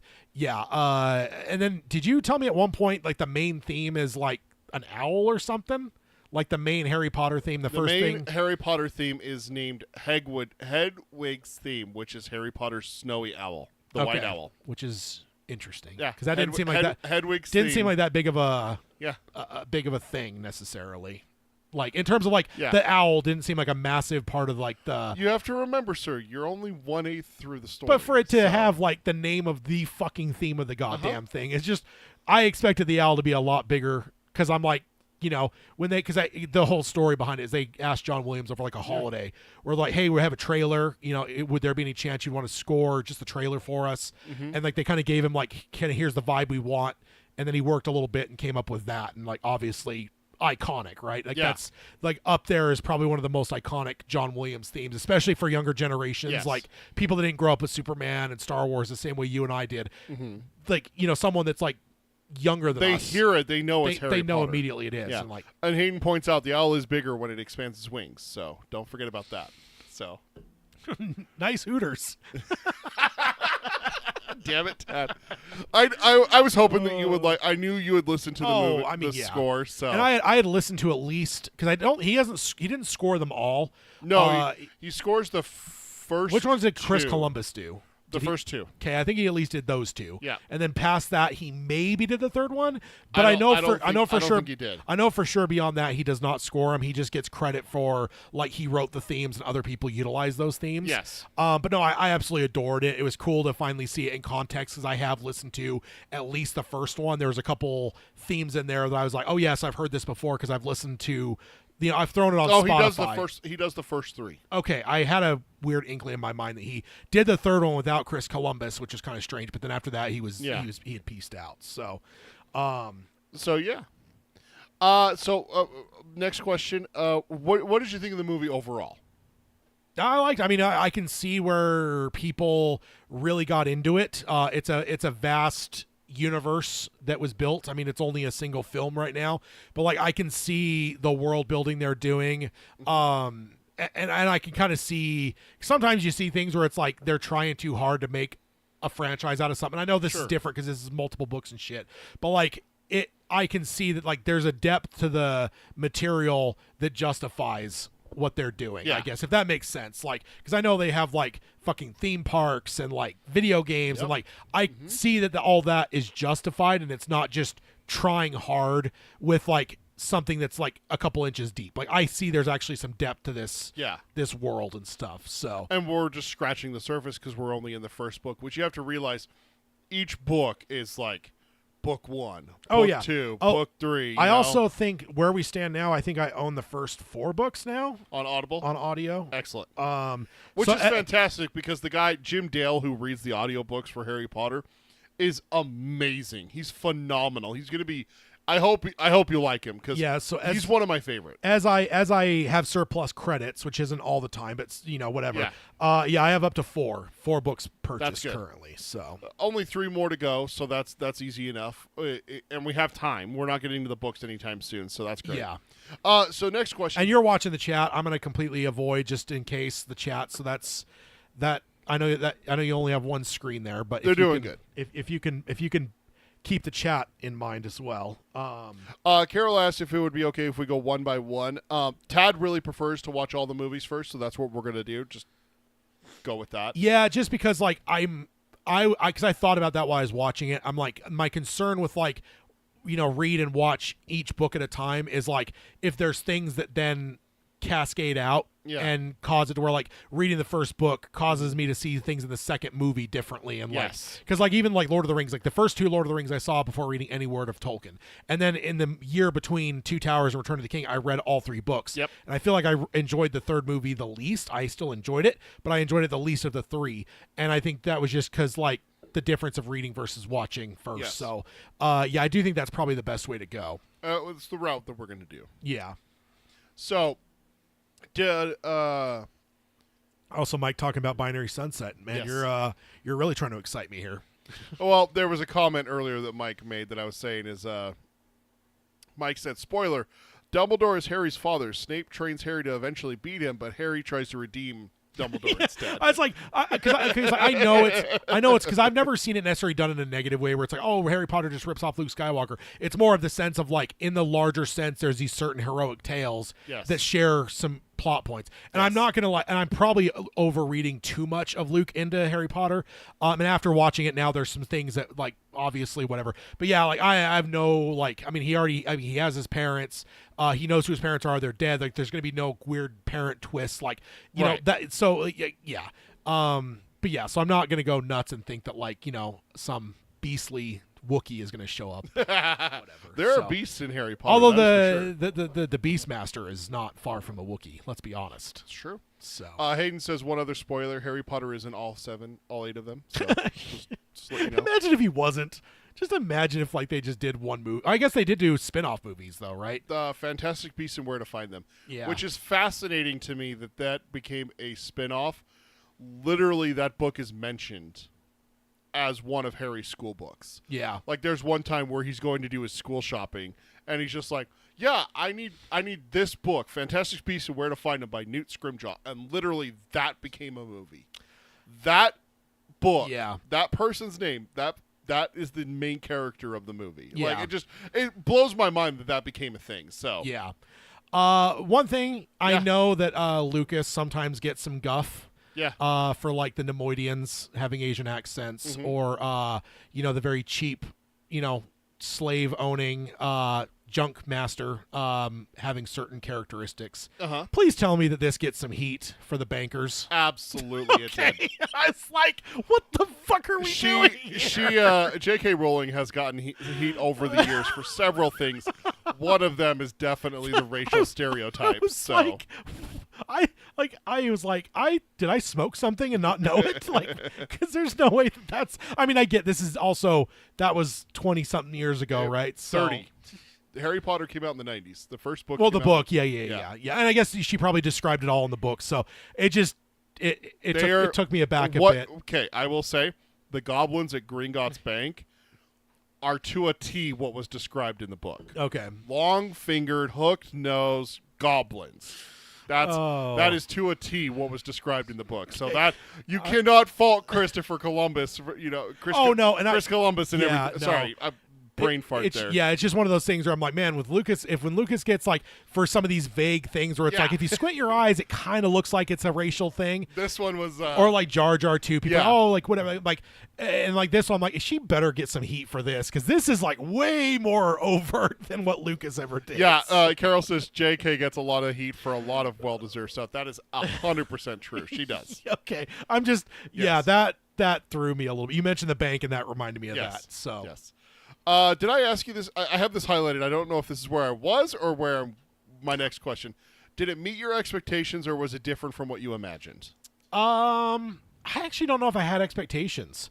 I think maybe I expected to enjoy it less just because like it's a shorter first book, and I feel like I've always kind of got the vibe that like the books came out for kids of a certain age specifically, and they kind of grew in maturity with them. So I was kind of expecting maybe a little bit more of a, and I guess it wasn't not a kid movie, but I expected it to be a little bit more, I don't know the right word, infantile, more childish, more Disney-esque. Yeah, like less, I don't know.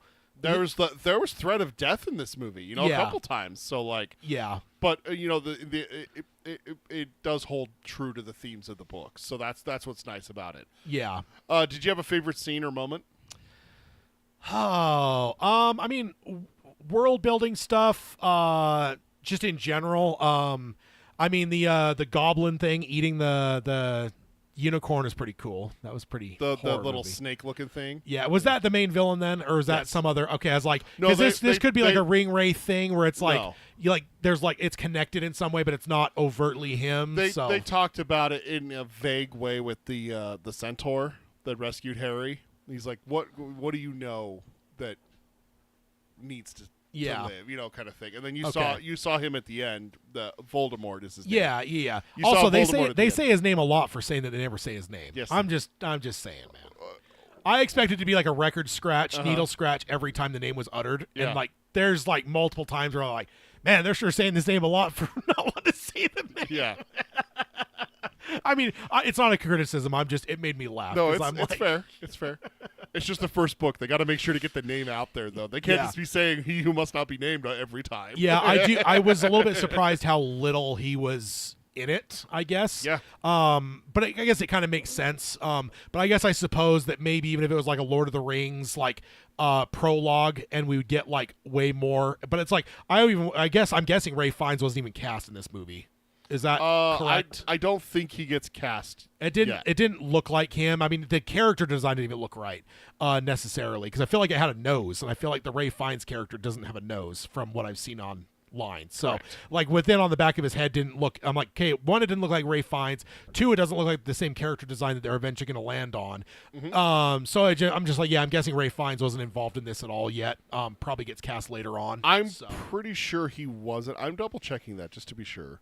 Okay. No, he was not. Okay, that's what I. First one. Yep. Okay. The first one. Okay. The first one is where I thought he. Yeah. Okay. Where he's cast. Okay. I will also say I really hope that train station is real, and I hope that little kids have pulverized themselves running into that wall in real life. King's Cross. Yeah, it's a real station. Yeah. I hope they take the train and that's set, and they travel the world with it. I just hope that there's kids that think that's real and they go smashing into the wall. They do. Hell yes. Oh yeah. That's awesome. Yeah. I love it. I love it. A lot of kids waiting for their owls to show up with their letters when they're 11, and when they don't, there's reaction videos of kids crying with like, I didn't get my Hogwarts letter on their 11th birthday and shit. So. Yeah. But yeah, in terms of like overall favorite scene, I'm not sure if I can really, because I think for me, I just love the world building stuff. Okay. The moving staircase thing was really cool. You like the moving staircase? What did you think about the portraits moving? I mean, They that didn't seems, go into it too far. I feel like maybe I've seen something with that with Gary Oldman.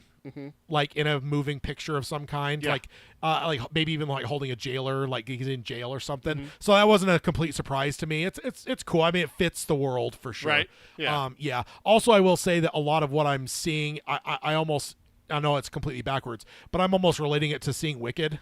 Last year, I took my mom to see Wicked because she's always loved the Wizard of Oz stuff, and that felt similar to this. I know this came first, like ish. I don't know how the fuck that all works. Wicked came out in like the 80s, didn't it? I don't know. I mean, I know that it's all based on like the Wizard of Oz stuff that came out in the early 19th or 20th century.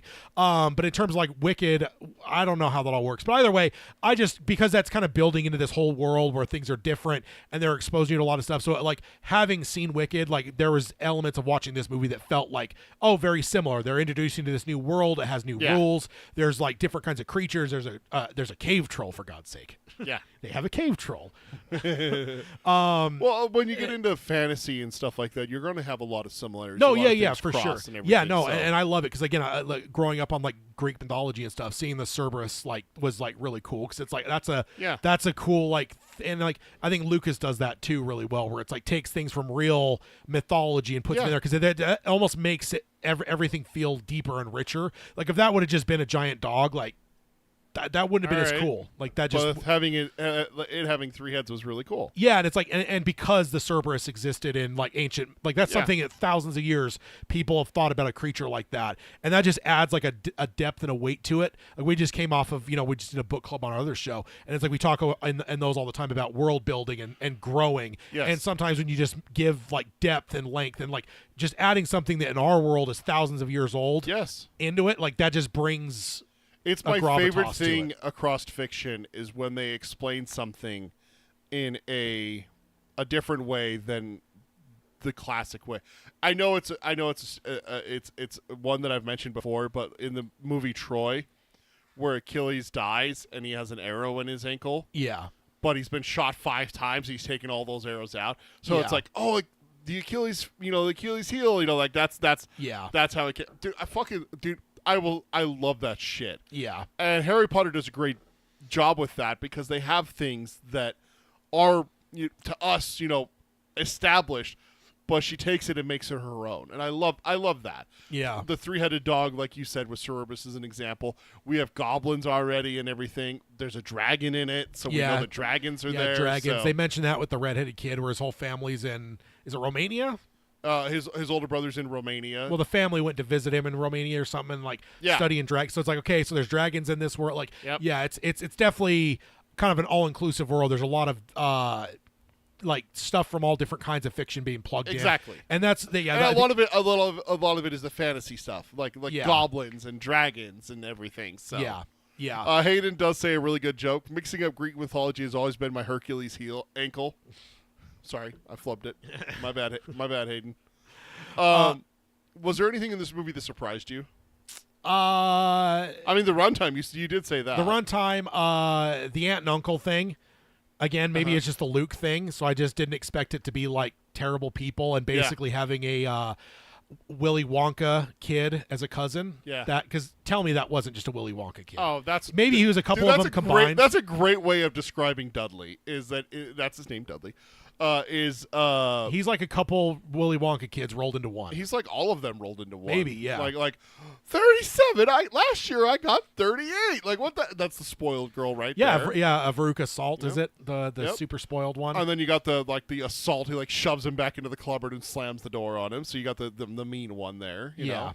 Stomping on the stairs. That's the fat one. Yeah. I think you got a point, Tad. Dudley is just fucking all the Willy Wonka kids rolled into one. Yeah. Holy shit, dude! You're blowing my mind.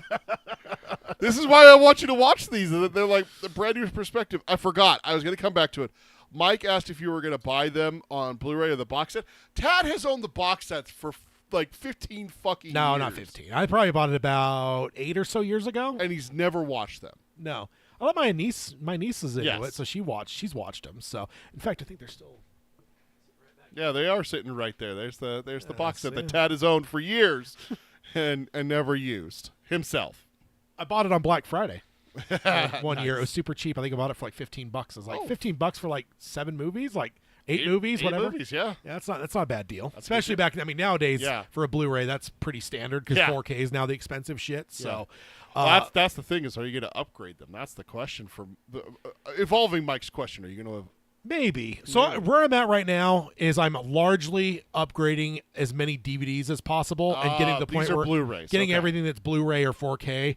I mean, there's gonna be some DVDs I hang on to or that aren't worth upgrading, but that's my main focus. Is I'm like trying to look through my collection and find a movie. Like the other a month or so ago, I realized, dude, Saving Private Ryan I only had on DVD. That's I'm like, a crime. I'm like, how the fuck is one of the greatest fucking war movies of all time? Yeah. And I've not upgraded this, so I upgraded. I got 4K, but it's like, so I'm trying to do shit like that right now. Gotcha. But upgrading Blu-rays to 4K, that's way down on the list. That's gonna wait. Yeah. Okay, gotcha. So, yeah. No, it was not still in the cellophane, Mike. He did let his niece watch it a couple times, so that's So okay. yeah, and then the aunt and uncle thing that surprised me. I mean, Owen and Baru maybe were curmudgeons a little bit, but they weren't like. It almost made me like They question. weren't downright abusive. Yeah, it almost made me question like, why would you put this kid with these people? Mm-hmm. And on top of that, why would you let him go back? Just let him live at the school for God's sake, rather than go back to that shit. Okay, So okay. that threw me off a little You got bit. to write down some of these questions you have, like maybe they'll get answered. Yeah, because it would just. I mean, they're terrible. They I'm are like, terrible. Yeah, it's There is a large contingent out there that hates the Dudleys, the Dursleys. Sorry, Dudley is the son. Yeah. Not confusing at all. Yeah, perfectly not confused. Was there a character that you liked the most? If so, why? That little blonde kid is pretty cool. Draco? Malfoy? Malfoy fan. Trust me, sir, you are not going to be the only one. Oh. There are Malfoy fans around the world. No, I do like the main wizard. You don't see him much, but I've always liked like Albus? the Dumbledore? old stately Gandalf, like Obi-Wan. Like Okay. I've always gravitated to those kind of characters because like one, I assume they're very powerful. Magneto's one of my all-time favorite comic book characters. So it's like I probably gravitate, even though he's hardly in the movie, so it's like kind of strange. I assume he'll be a lot more in the future. But I did like him just because of the element of like he kind of feels like Yoda. He's the G. He's probably the one that if he throws down, like shit's going down, like type thing. And I mean, they allude to it a bit where it's like, oh, you're safe because he's here or whatever. Yep. Which did make me wonder, like, is he ever going to not be here? Oh. Because like that just felt like one of those things where it's like, oh, we're totally safe. Because the Trojans can't get behind our walls. Oh, hey, look, there's a horse out there. Let's bring that inside. Inside the wall. Yeah. It felt not heavy to the point where I'm like, oh, this guy's going to die at some point. But I know the actor dies. But that almost throws me off of the scent a little bit because I'm like, if the actor dies and they had to recast him, he's probably going to last the whole set of movies. I don't know, whatever. See, I'm getting all jumbled here. But, I got you. No, you're good. But I did like him just because, like, yeah. You gravitate to that type of character. Okay. Yeah, I got yeah. you. No, but I will say I was mostly joking about the blonde kid. I was expecting you to, maybe react poorly a little bit. But I will say that as they were listing the ones, like Slytherin sounds like the coolest one. Dude, that's a question, and we're gonna jump to it now. So, I'm gonna ask this. He just said it's the coolest sounding Tad one. for sure is in Slytherin. Yeah, I asked my wife last night, and she said Slytherin. What the fuck kind of question is that? Okay, Hufflepuff. I would kill everyone if I ended up with being called that. That is the dumbest. That is the dumbest shit I've ever fucking heard. My wife's a Hufflepuff. That just sounds. It's. I guess maybe it's this.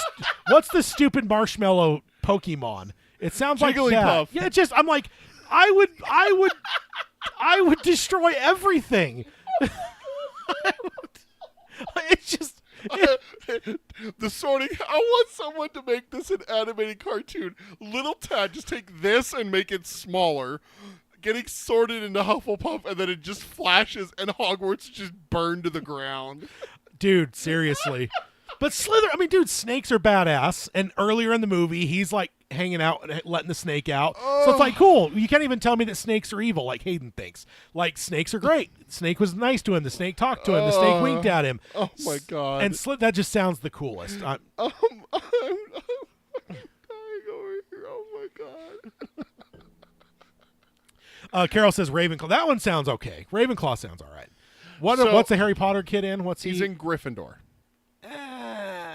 So on that one. Okay. So did you catch that each house has its own? No, like, no unique- offense, no offense, Lydia. Of course. That just sounds so ridiculously silly that I'm like, oh, Ravenclaw, Slytherin, like fucking metal, and then Yeah. Hufflepuff. I'm like, what the fuck is that? Gryffindor. Yeah, I mean that one, that one's all right. I just, Hufflepuff. yes. Oh, Oh my God. but yeah, Ted. then when they started doing it, and I started seeing Slytherins were like the nasty little kid. That Yeah. kind of makes sense, probably. Did you But- catch in the film that where they talked about it very briefly, but each house has its own like specific kind of characteristics. Ish. So it's like looking for like a specific type of person. So it's like personality types. Yeah. It's really interesting that they did that because they have online. I don't remember what the website's called now. It's had different names over the years, but there is a really good website that the people who own Harry Potter made, and they use a really good personality test to decide what house you're sorted into.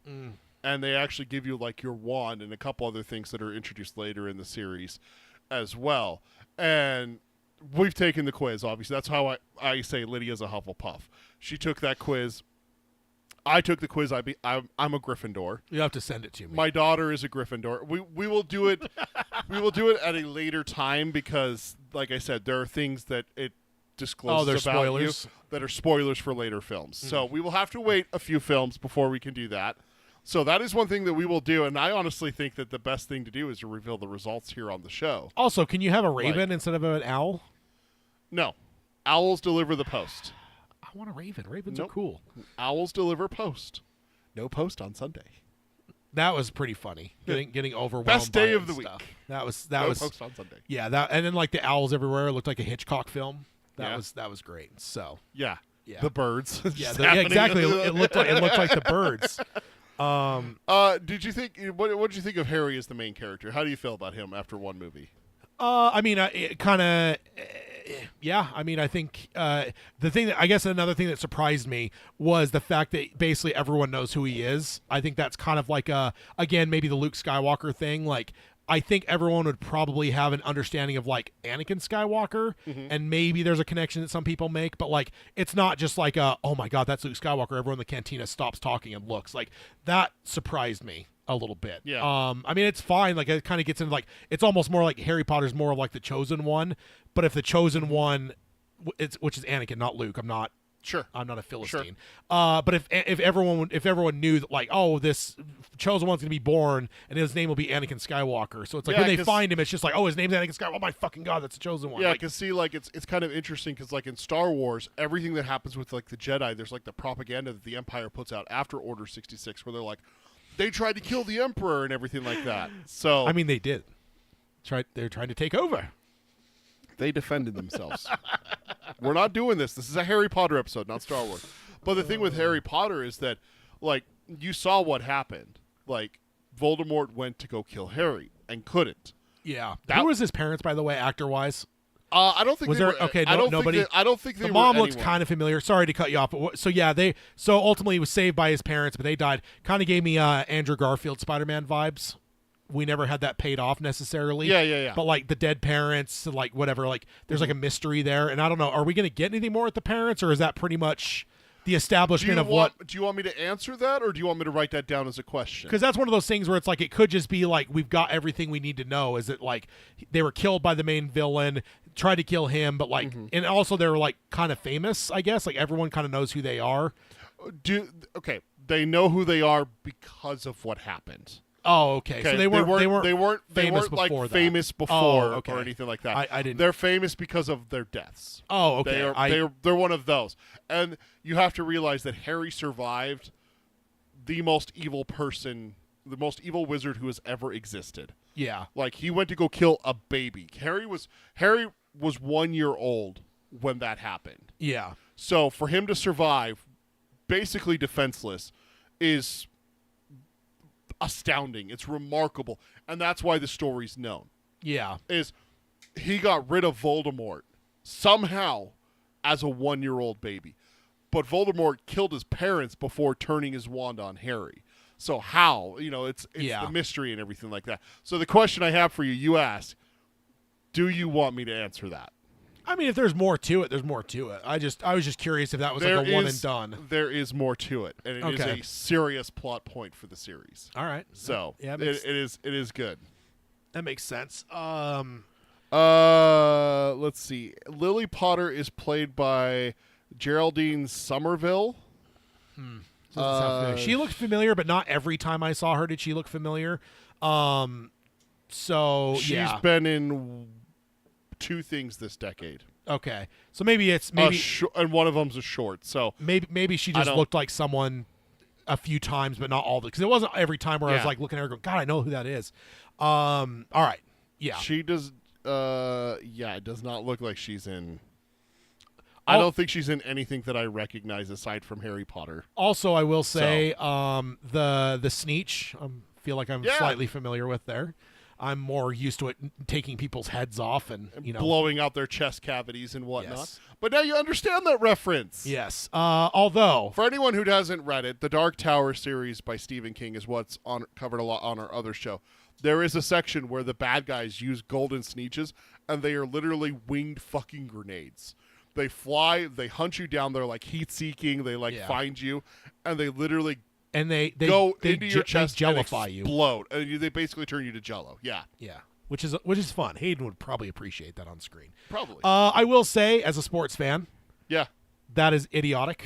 The why the fuck would you play baseball or football if there's some drunk Irishman running around outside? If you caught him, you win the game. Like, what the fuck's the point of the rest of it? What the hell's the point of the rest of it? I mean, I get it's hard. I get maybe it's catching a leprechaun. It's not as easy as just catching a drunk Irishman. All right.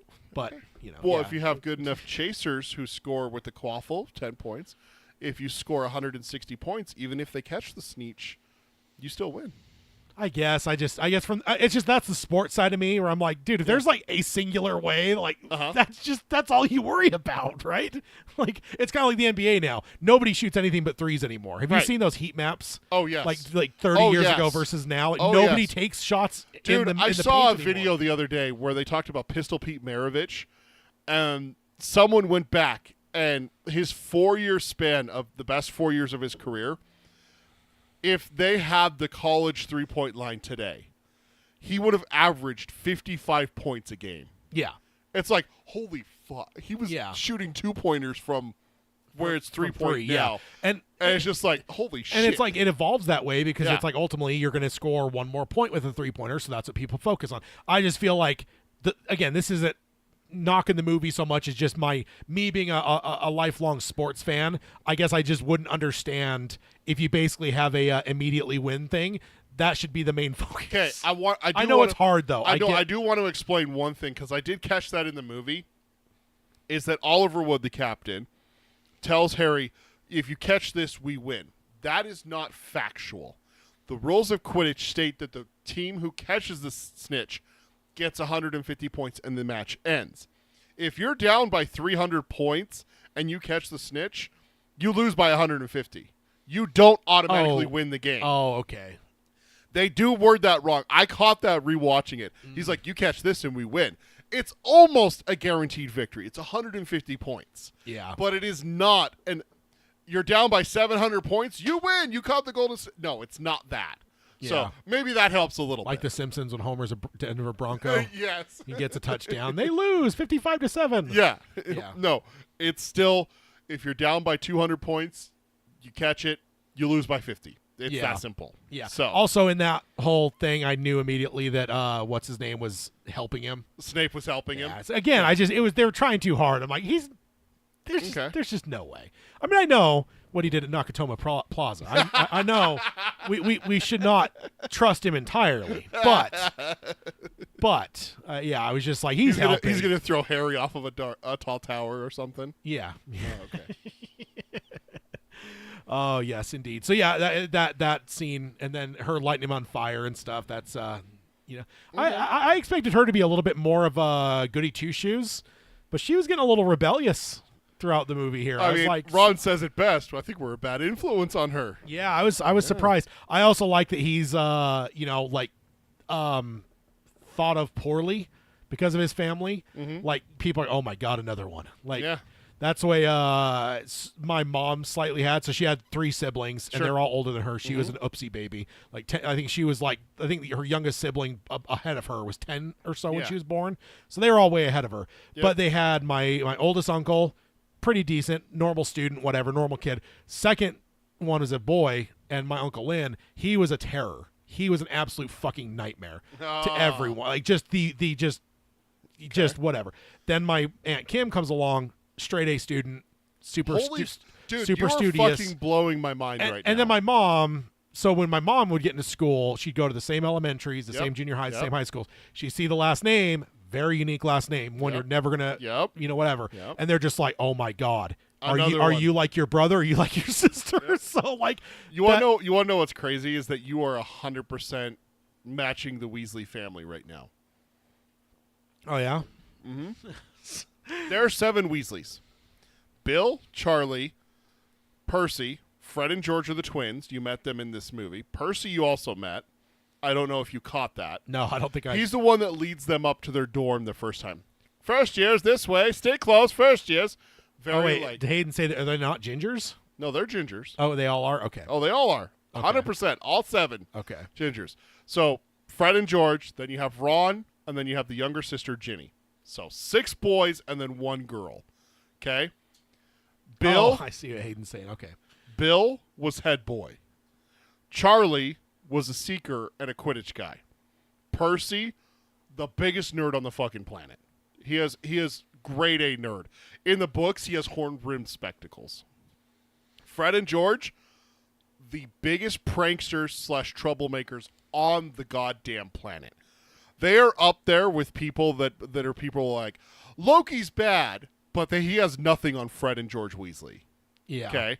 And then you have Ron following all this up, who's best friend to Harry Potter. Yeah. So you have, like, what you just described with your mom's family dynamic, you have that with the Weasleys. So that's Yeah. exactly what they're feeling. Yeah. Oh, God, are you like Fred and George, or are you more like Bill and Percy? Yeah. We don't know. Yeah. So. Even the hat talks shit on him. He did. Another Weasley. Also, the hat looked like Oogie Boogie a little bit. To Did me. you like that? Did you like the Sorting Hat? I was waiting for him to start singing. You know what's funny is he does. Well. You know what's funny is that Sorting Hat does sing in the books. Oh yeah. Yeah, he does. Does he sing about Sandy Claus? No, he does not. Okay. Damn it. you telling me he doesn't look a little bit like Oh no, he absolutely looks Okay. like Oogie Boogie. I'm not. Yeah, 100%. You're right. best character in the whole Nightmare Before Christmas too? I thought you were going to say the Sorting Hat was the best character in all of Harry Potter. I was going to be like, damn, Tad out here with the unique takes. Yeah. So that's that seemed funny to me. So you saw the twist coming with Professor Quirrell. Did you see the whole thing with I Voldemort? don't want to say I completely saw it all coming for sure, Uh-huh. but I just suspected him just because he was like, like I just blanked on his name. The one they want us to suspect. Snape. He's like grilling him. Yeah. And stuff, and like whose side are you on and shit. And again, I'm like, I'm not buying it. So I'm like, okay, if he's questioning him, he's the one I should probably really suspect. Sure. So that it was that kind of thing, which also that invisibility cloak that would be mighty helpful. Mighty helpful. Do Magic- you want a Sorcerer's Stone or an Invisibility Cloak? Which one would you take? What was the benefit of the stone again? Okay, the Sorcerer's Stone creates the elixir of life, which makes you immortal as long as you drink it. So the person who discovered the Sorcerer's Stone, Philosopher's Stone if you're in England, Nicholas Flamel is like 900 years old because he keeps drinking the elixir of life because he has the stone. Yeah. But he's worried that someone's coming after the stone, so he gives it to Dumbledore and puts it in the safe. Dumbledore gets wind, doesn't think it's safe, moves it to Hogwarts. That's that's not explicitly explained later in the books. That's just what we yeah. puzzle together. Also, it turns any metal that comes in contact with it into pure gold. So this aluminum can, you touch it to the stone, you got Yeah, I you think got solid that gold. outdoes the. Invisibility cloak. All right. Now, if I was Sam Fisher with that invisibility cloak, that would be great. That'd be great. Also, I will say one thing I forgot on my list. Yeah. I do know there's someone that rivals Mrs. Carmody in this. That is because of me. You absolutely know that. No, the internet. Oh, really? The internet. Yeah, I've talked about her before. I also have seen pictures. I almost thought it was an ant as we were watching this. I'm like, oh, the ant's the one. Yeah. But then as it went a little bit, I'm like, I don't think it is. No, Like, she comes. she's bad, She but comes. She comes later. Don't worry. but yeah, it's like she's bad, but I'm like, she's not bad enough to like rival Mrs. Carmody. Yeah. So I do know that as well before ever watching anything, that there's someone, and I think she has a look to her that makes you want to punch something. Yeah, it makes me want to punch things. Was there any parts that you found confusing that you want to ask any questions? Do you want me to explain? Oh, they brought unicorns in too. They did. We were talking about another fantasy, Yeah. element and everything. Centaurs. Oh were in yeah, there. that's right. Centaurs were That in too. there. That too. Yeah. I'm not sure if there's anything I was super confused about. I guess the only thing when they go to the bank, he Yeah. grabs the little thing. Was that that wasn't the stone, right? Yes. It was. Yes. Oh, okay. I was like, okay, maybe it was or maybe it wasn't. I think I lost somewhere in the point where I'm like, maybe that's some other thing that might come down to play Nope. down the road. Okay. That All was absolutely the stone. And notice who Harry and Hagrid ran into in the pub right before going into Diagon Alley. Quirrell. Oh, that's true. And yeah, remember, the yeah. break-in And- happened that later yeah, that yeah, day. Yeah. I so. did catch all that, but I forgot that they saw. Keeping all the people straight Yep. was tough. It's- I didn't. I also it'll get there. I Yeah. didn't see the face on the back of the head coming. I think I've actually seen reference to that, but not enough to remember. In fact, what was the movie? Hayden and I saw it. There's a horror movie with like a backwards person. Oh, okay. Malignant. And I think that when that came out, like Harry Potter started trending and stuff, and like okay. so I think because of that, but then I heard that, learned it, then forgot it, Hayden says malignant in the chat. So. and then when it he says so yucky as well. and then when it got revealed, I was like, oh, you know what? I fucking knew about that already, but I forgot that I knew it. So I didn't see it coming though necessarily. Like Yeah. it was more of a fact of like he seems suspicious for a couple of reasons more so Sure. than like oh he's hiding something under that turban. That wouldn't have been my first Yeah. thought by any means. So Yeah, gotcha. Yeah. I'm not sure if there's anything else that really confused me. Again, that's not probably going to be built on later. Okay. Like I understand this is the first chapter, right? So, First of 8 films, so yeah, we got a long ways to go. and 7 books, and it is 1 year per, right? Did I get that right? Yes. Okay. It's Which basically Harry Potter year 1. did they speed the filming on these, or do they come out every couple of years? And how do they? They come out every couple of years. Did they cast younger? Were the kids like? Daniel Radcliffe was Were they- pretty young. I was wondering if they cast it like 9 with the hope that like then it'll help age better to like match, because like you can't turn a movie around in a year. But did they get them out every 2 years? I think it's 3. Okay, 3 is more normal for films, but like dealing with aging children. I mean, we talk about that on our other show all the time. There's a young character in the Dark Tower. He was the exact age that he should be. was 11? Okay. He was 11 when it started filming in 2000. Let me look at the movies and see how far in between, because I don't think it was bad. 2001. Oh no, the second one came out in 2002, so they got those out back to back. Okay. The third one came out in 2004, 2005 for 4, 2007 for 5. So they 2 to 3 years. looks like they rushed. Which it the makes last sense. the last two came out in 2010, 2011. You don't want to be Stranger Things where you got 25-year-olds playing, young high school students. They did a pretty good job at that, because when you graduate Hogwarts, you're 17. Year 7 is 17. So Hayden says they filmed the first 2 back to back with Chris Columbus. That makes sense if they came out back. Oh, I forgot about And that. I actually suspect that when you said they came out that quick, I'm like, there's no way they didn't do these at the same time. Yeah, it You looks know- like all the others. 3 and 4 came out 2004, 2005. So maybe they filmed those. I don't think they did, because there's a thing in the 4th movie that makes. I'll just say it. The hairstyles are completely different between 3 and 4, and it is drastic. Yeah. So, Hayden says worse than Cersei Lannister about said character that we were talking about she earlier. is fucking vile. I will say Cersei's that. pretty terrible too. I always lose her out of our rankings Yeah. when we talk about Mrs. Carmody, and I mean, Mike's right. Daniel Radcliffe still looks young for his age. he So, does, and that's why I wondered. I'm like, even as I was looking at him, I'm like, I wonder if he is like more like maybe a 9 or 10-year-old playing an 11-year-old, because that'll help. It almost like banks you a Yeah. couple years to where now as he ages, because like when you're aging between like 9 and like 13, like that is some radical fucking years of aging. Yeah. I think the good thing though is the character himself is going through those too if they're doing it every year. Yeah. But again though, if you're doing a movie every 2 to 3 years, trying to cover a year, though, there could be times where it's like, oh shit, that's a 16-year-old, and they want us to believe he's a 12-year-old or whatever. No. So, Yep. no, I think that the character is good. I think there's like probably going to be more to him. Like they all had their heroic moments at the end. I like that, including the little nerdy kid that tried to fight him. Neville. Yeah. So that was kind of and cool.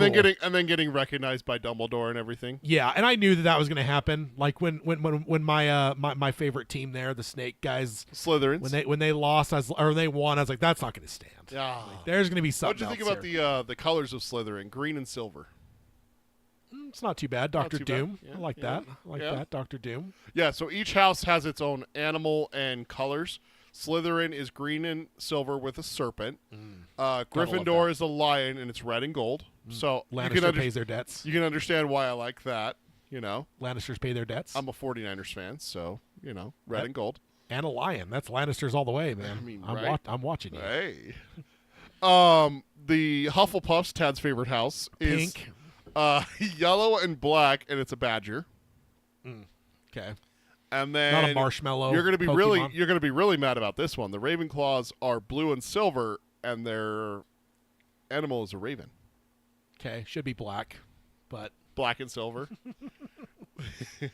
that is a clean color combo, by the way. Yeah. Black and silver. So, It's your favorite, isn't it? Black and silver. yeah, it's red and black are pretty strong. I love too. red and black. Yeah, red and black, especially if you go a little bit of a darker red, get a little bit closer to maroon, and then like black, like those that pops. That slaps. That yeah. pops. Yeah. So I have one final question, basically. I think Mike had a question. Oh, too. let me check. Also, I see some Ermot love in the chat. Thank you for that. Oh yeah, last question for Tad. Mike says, "Are you excited for more?"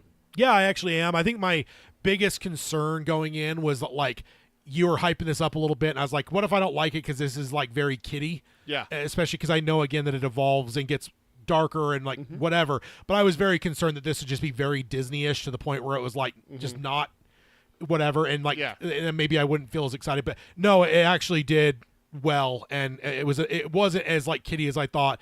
And yes, I would say I'm excited to dive into more, especially because Gary Oldman shows up at some point. He does show up at some point. Is he? Maybe even He's in not the just like a next one. cameo, right? No, Okay. he has a So character. I'll say if he shows up and he's No. in it for like 5 minutes and that's it, I No. will be fucking pissed. He is a named character, and he is very important. Good, as he should be. Okay. So my last question, we got about 5 minutes left of the episode. Basically, I just want to take down any theories, thoughts about the future of Harry Potter, or specifically Voldemort? I mean, I know that like Ray Fiennes is there, so I know it's going to be way more like what would be the opposite of disembodied? Like I feel like now he's almost more of a ghost. Like he's more like a haunt. Like he's certainly going to be more solid at some point. So Okay. I don't know if that's just feasting on unicorns, but you know. You know at some point he's going to have a body again. Yes, and I've seen images to where I know he doesn't have a nose. I know it's Ray Fiennes, which who plays an evil, dastardly motherfucker better than that guy? Let's just be honest. I mean, Anthony Hopkins comes to mind. He's a charming. Okay, Would you fair. Would you not want to have dinner with Hannibal? But No, I would not want to have dinner with Hannibal. okay, No. if he's not cooking, just don't be rude. That's true. That's it. That's true. Versus Herman Goth from fucking Schindler's List. Like, you telling me that's not one of the most evil motherfuckers you've ever seen on film? That is top 5 easy. Top 5 easy. It's easy, yeah. And now he plays, which I'm already seeing. Like I said, I was like slightly wondering if the thing that was him wasn't, and it was like a ring wraith type thing where it's like there's going to be, because they mentioned that there were like other people that followed him. Yes. So I'm like, okay, I don't know that it's going to be just him. I think there's going to be minions of some kind, and I wondered if that was a minion. So, yeah, but so I mean, I know he'll show up. I assume that Chief Wizard is going to be a little bit more in play because I feel like he was largely not in this. Like he was in it here and there, but I feel like as I was watching it, I remember toward the end, I was like, man, I bet you they had this Harris guy on set for maybe a week. It just felt like he wasn't in the movie a ton, which is fine. Like if that's the story, that's the story. I have a feeling he'll be a much bigger part going forward. I will say one of the big parts of it is that you have to realize that Harris's health was declining rapidly when they were filming. When does he die? What movies were in the book? He's in 1 and 2, and then he's Oh, gone. really? That's it. Okay. That's it. I thought he was further in. I thought it was like No. there was only a couple movies left when he died or something. So He let me and how does the recasting work? Does it work, or is it kind of? yeah, he passed away October 25th, 2002, and the second movie came out in 2002. Okay, so he's only in 2 movies. So does the recasting work well? How do you feel? How do the fans feel? Like, I mean, you can't help it works. someone dying, right? Like that's something you can't. The foresee, big thing is especially getting to know Dumbledore in the later books. You realize that Richard Harris was severely limited by his sickness and his age. Okay. And everything. So, was he in the book more? The first book? In the first book, no, you got about what you got. Okay, because it doesn't seem like he was like absent in a way of like, oh, he should have been in this. He feels like he should have been in this more. Maybe the actor was sick. It felt more like, oh, this is just the way it was written, and we're gonna get kind of like Yoda, right? Like Yoda doesn't show up in the first movie, but it's like then the second movie, and he's like a massive fucking character. And I just assume that at some point that's gonna happen with this character, and we're gonna get a much bigger expansion on him. Yes. I assume the little blonde prick is gonna Draco be just as pricky. Okay. I also love when that turned on him with like catching them out of their beds or whatever, and like, because in my head I'm like, do you think this isn't going to go against you? You were breaking the rules too. Like, also, he's a narc. Like, snitches get stitches. Snitches get stitches. Tad doesn't like narcs, guys. Yeah, but ultimately though, like, so when that played out the way it did, I'm like, that's the way it should have gone, because you also, it's like, oh hey, Billy's outside. How do you know that? I'm outside. Okay, so you're both in trouble. Like, I'm glad that, whatever. But I assume he's going to be kind of the antagonist, direct, right? Because I know that, like, like we're going to get more of an embodiment with Ray Fiennes and stuff. But, like, I can't imagine that's, like, your overt threat in your face constant. So I feel like that's, like, especially if he's at school, right? Yeah, exactly. So I feel like that I feel like he's going to grow and get more and more involved the further we get, is my prediction. Is like, by the end, I think it's going to be 100% him. Like, I think that's like going to be the showdown or whatever. But I don't think that we're going to get there in like the next movie. He's all over the place. I think you're going to see him grow slowly as we go. You're talking about Voldemort? Yes. Or Draco? Okay. But I think the blonde kid's going to be like your Draco, your thorn in your side. Yeah. In your face constantly. Your stormtroopers versus Palpatine. Palpatine grows and becomes a bigger and bigger part of the story as you go. The stormtroopers are in your fucking face constantly. Yeah. I think that's so. I think he'll probably be more stormtrooper than Palpatine. Okay. I don't know if he's going to get a redemption though. That's what I'm. You wonder if he's going to get a redemption? No, I'm saying I'm not sure if I think he'll get a redemption or not. Okay. He just seems like kind of a prick. So I don't know. Okay. I'm going to say no. I don't think that he'll get any kind of redemption there. No redemption for Draco. I'm running down your predictions. I like to see how many you're right, because you get a lot of stuff right. So yeah. Is old Beardy gonna die? That would be an interesting thing, because he's such a which one beloved character. Oh, I'm sorry, the big guy. Hagrid. Yeah, Hagrid. I'm wondering, because like such a close character. And again, like maybe I'm like Star Warsing it a little bit too much, but like he's kind of feels Obi-Wan-ish. So it's like I wonder if at a big point, a couple movies in, if he ends up getting. So I will say that Hagrid is the direct comparison for the. You're 100% right. People have drawn similarities between Harry Potter and Luke Skywalker. Yeah. Hagrid is the equivalent to Obi-Wan for Luke. Yeah, for sure. He's the one that comes and gets him from the aunt and uncle. He's the one that brings him there, shows him that there's a larger universe that he's a part of and everything. Yeah, so. Helps like go like it almost feels even like going to the cantina with like whatever. Like there's a number of things there. So like. Part of me wonders then if he's going to end up dying in this big moment of like, oh shit, like whether it's self-sacrifice or whether it's like the villain getting some extra teeth by killing a beloved character. Like I feel like that's something that could easily happen. Okay. Just the way storytelling works, right? Again, because they recast main Dumbledore. Yeah, since they recast him, I would suspect that he's not going to die, because he'd be kind of like I almost visualize him like Gandalf, and Gandalf obviously dies midway through the story. Of course, he comes back, but like there could be a thing of like, especially with her line about, as long as he's there, we're all safe, or you're safe. Like that kind of gets me like, that's almost like saying he's 1 week till retirement, like type thing. Okay. But because they recast him, I'm not sure if I believe, or if he does, I don't know that he dies until like the last movie. Like it'll be like the last thing that like the last barrier, and now it's going to be Harry versus big bad type thing. But I wouldn't see him dying midway through. Whereas, what'd you say, Hagrid? I could maybe see him dying early. And I got it. Not early or like next movie, but like somewhere in like the maybe 3 to 4 movie range.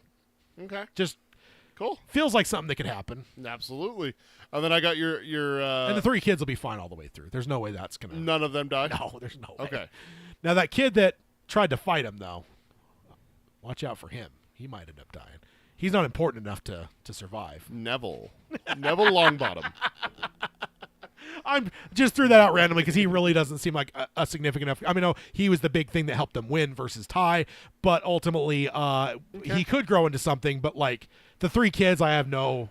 So I did write down the one question that you had that I said I'm not going to answer because it does go into it more. Is why do they make Harry go back to the Dursleys? Why doesn't he stay at school? Yeah, so I have that written down so it can come back up when it is answered. Because I'd be like, I'm staying here. I'll point it out. I'm just going to live in my dorm the rest of till I'm old enough to.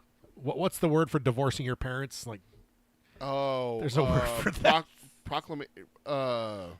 Whatever the term is, but yeah, that's no, but I did overall enjoy it. I enjoyed it more than I thought I would. I was like I said, I was concerned that emancipation, yeah, until you can get emancipated. Thank you, babe. My wife said it in the chat. Okay, yeah, all right. Yeah. That's Harry Potter 1. Yeah, can't wait to the Sorcerer's Stone. We're American. That still blows my mind. What's the second one called? The Chamber of Secrets. So there is no different names throughout the rest of the series. It's just the also, where is that little goblin dude? Dobby? Is that his name? You'll see him. The one that Smeagol talks shit on in the MTV things. Yeah. You'll see him. Don't worry. I just realized just now that I hadn't seen him yet. He's in the next one. That little ghoul. He's in the next one. Don't tell anyone. Like the Force Goblin. Yes. All right. So, anything else? No, that was it. I just wanted to get your predictions a little bit, and I'm glad you liked it. I'm very happy that you finally watched the first one. We're definitely going to be watching. My Barbara will be happy too. She's been, your Barbara. Yeah, she's been harassing me for a year or more now. So a lot of people in the chat saying they can't wait for it. I also forgot to tell her Thursday when I got my haircut that I was watching it this weekend. So you're going to see her again on Monday. Oh. It's a holiday usually. Oh no, never mind. Not till Thursday. Yeah, so, it's true. Not till Thursday. So I'm gonna get all shaggy. Oh no! I'll have like cut your hair. You look like a hippie. Yeah, I'll have an 1/8 of an inch of hair. Like what the hell? My gosh, it's unthinkable. You look like a Wookiee. Yeah. God forbid. God forbid. All right. So if you want to email the show, you can do that at peter@geekeryabides.com or tad@geekeryabides.com. Certainly don't spoil me. If you're gonna, don't email me about Harry Potter. Please don't. Send it to Peter. Let him be the filter for all things Harry Potter. And then Peter at geekeryabides.com or Tad at geekeryabides.com. TADD is how you spell Tad. And then where is my there we go. Next time on Geekery Abides, which again is 3 weeks from today, not 2 weeks from today, we are going to be talking about The Last of Us season 2, which wraps up tomorrow. Yes. Sadly, it is a couple episodes shorter from the first season. I looked that up today and I found out that tomorrow is the season finale. And I went, oh yeah. Yeah, especially because I think it was 2 more episodes in season 1 than season 2 has. So there was just part of me. It's like, yeah, we still got a few more episodes. And like, oh wait, no, there's only 8 in season 1, isn't there? I thought there was more episodes in season 1. Maybe I'm mistaken. There's only 7 episodes in the second season. So you're right about that. But okay. No, there is 9 episodes. So yeah, 2 episodes short. Yeah, so it was 8, and then you have the Bill and Frank episode that some people would hold aside because it's like not really a part of the story. It's almost like downloadable content. Like it's not part. Now at the very end, it connects back to Joel and Ellie, but it's not like it's almost like a whole episode. It's bookended by Joel and Ellie. Yeah. Let's be perfectly. But I just rewatched it. The first part of it is important. But yeah, there is stuff that happens with Joel and Ellie. For sure. It's kind of like the dastardly bastard in Chernobyl that puts some important stuff in episode 4. Yes. So you can't just skip that episode. Son of a bitch. What a monster. All right. And then, so that'll be next time. We'll be talking through the whole season of season 2. Yep. And then I forget what else is on the horizon. And then Harry Potter after that. Yeah, Harry Potter is the 2. next after that. And then Fantastic Four, reading, right? No, Secret Wars. Secret Wars. Reading That's what it was. reading the comics for Secret Wars. So, but that is it for this episode. I will sign off as I always do by saying, let your geek flag fly high, and to hell with anyone that says anything to you about guilty pleasures. Or worse, expelled. All right, see you guys. Bye, everyone.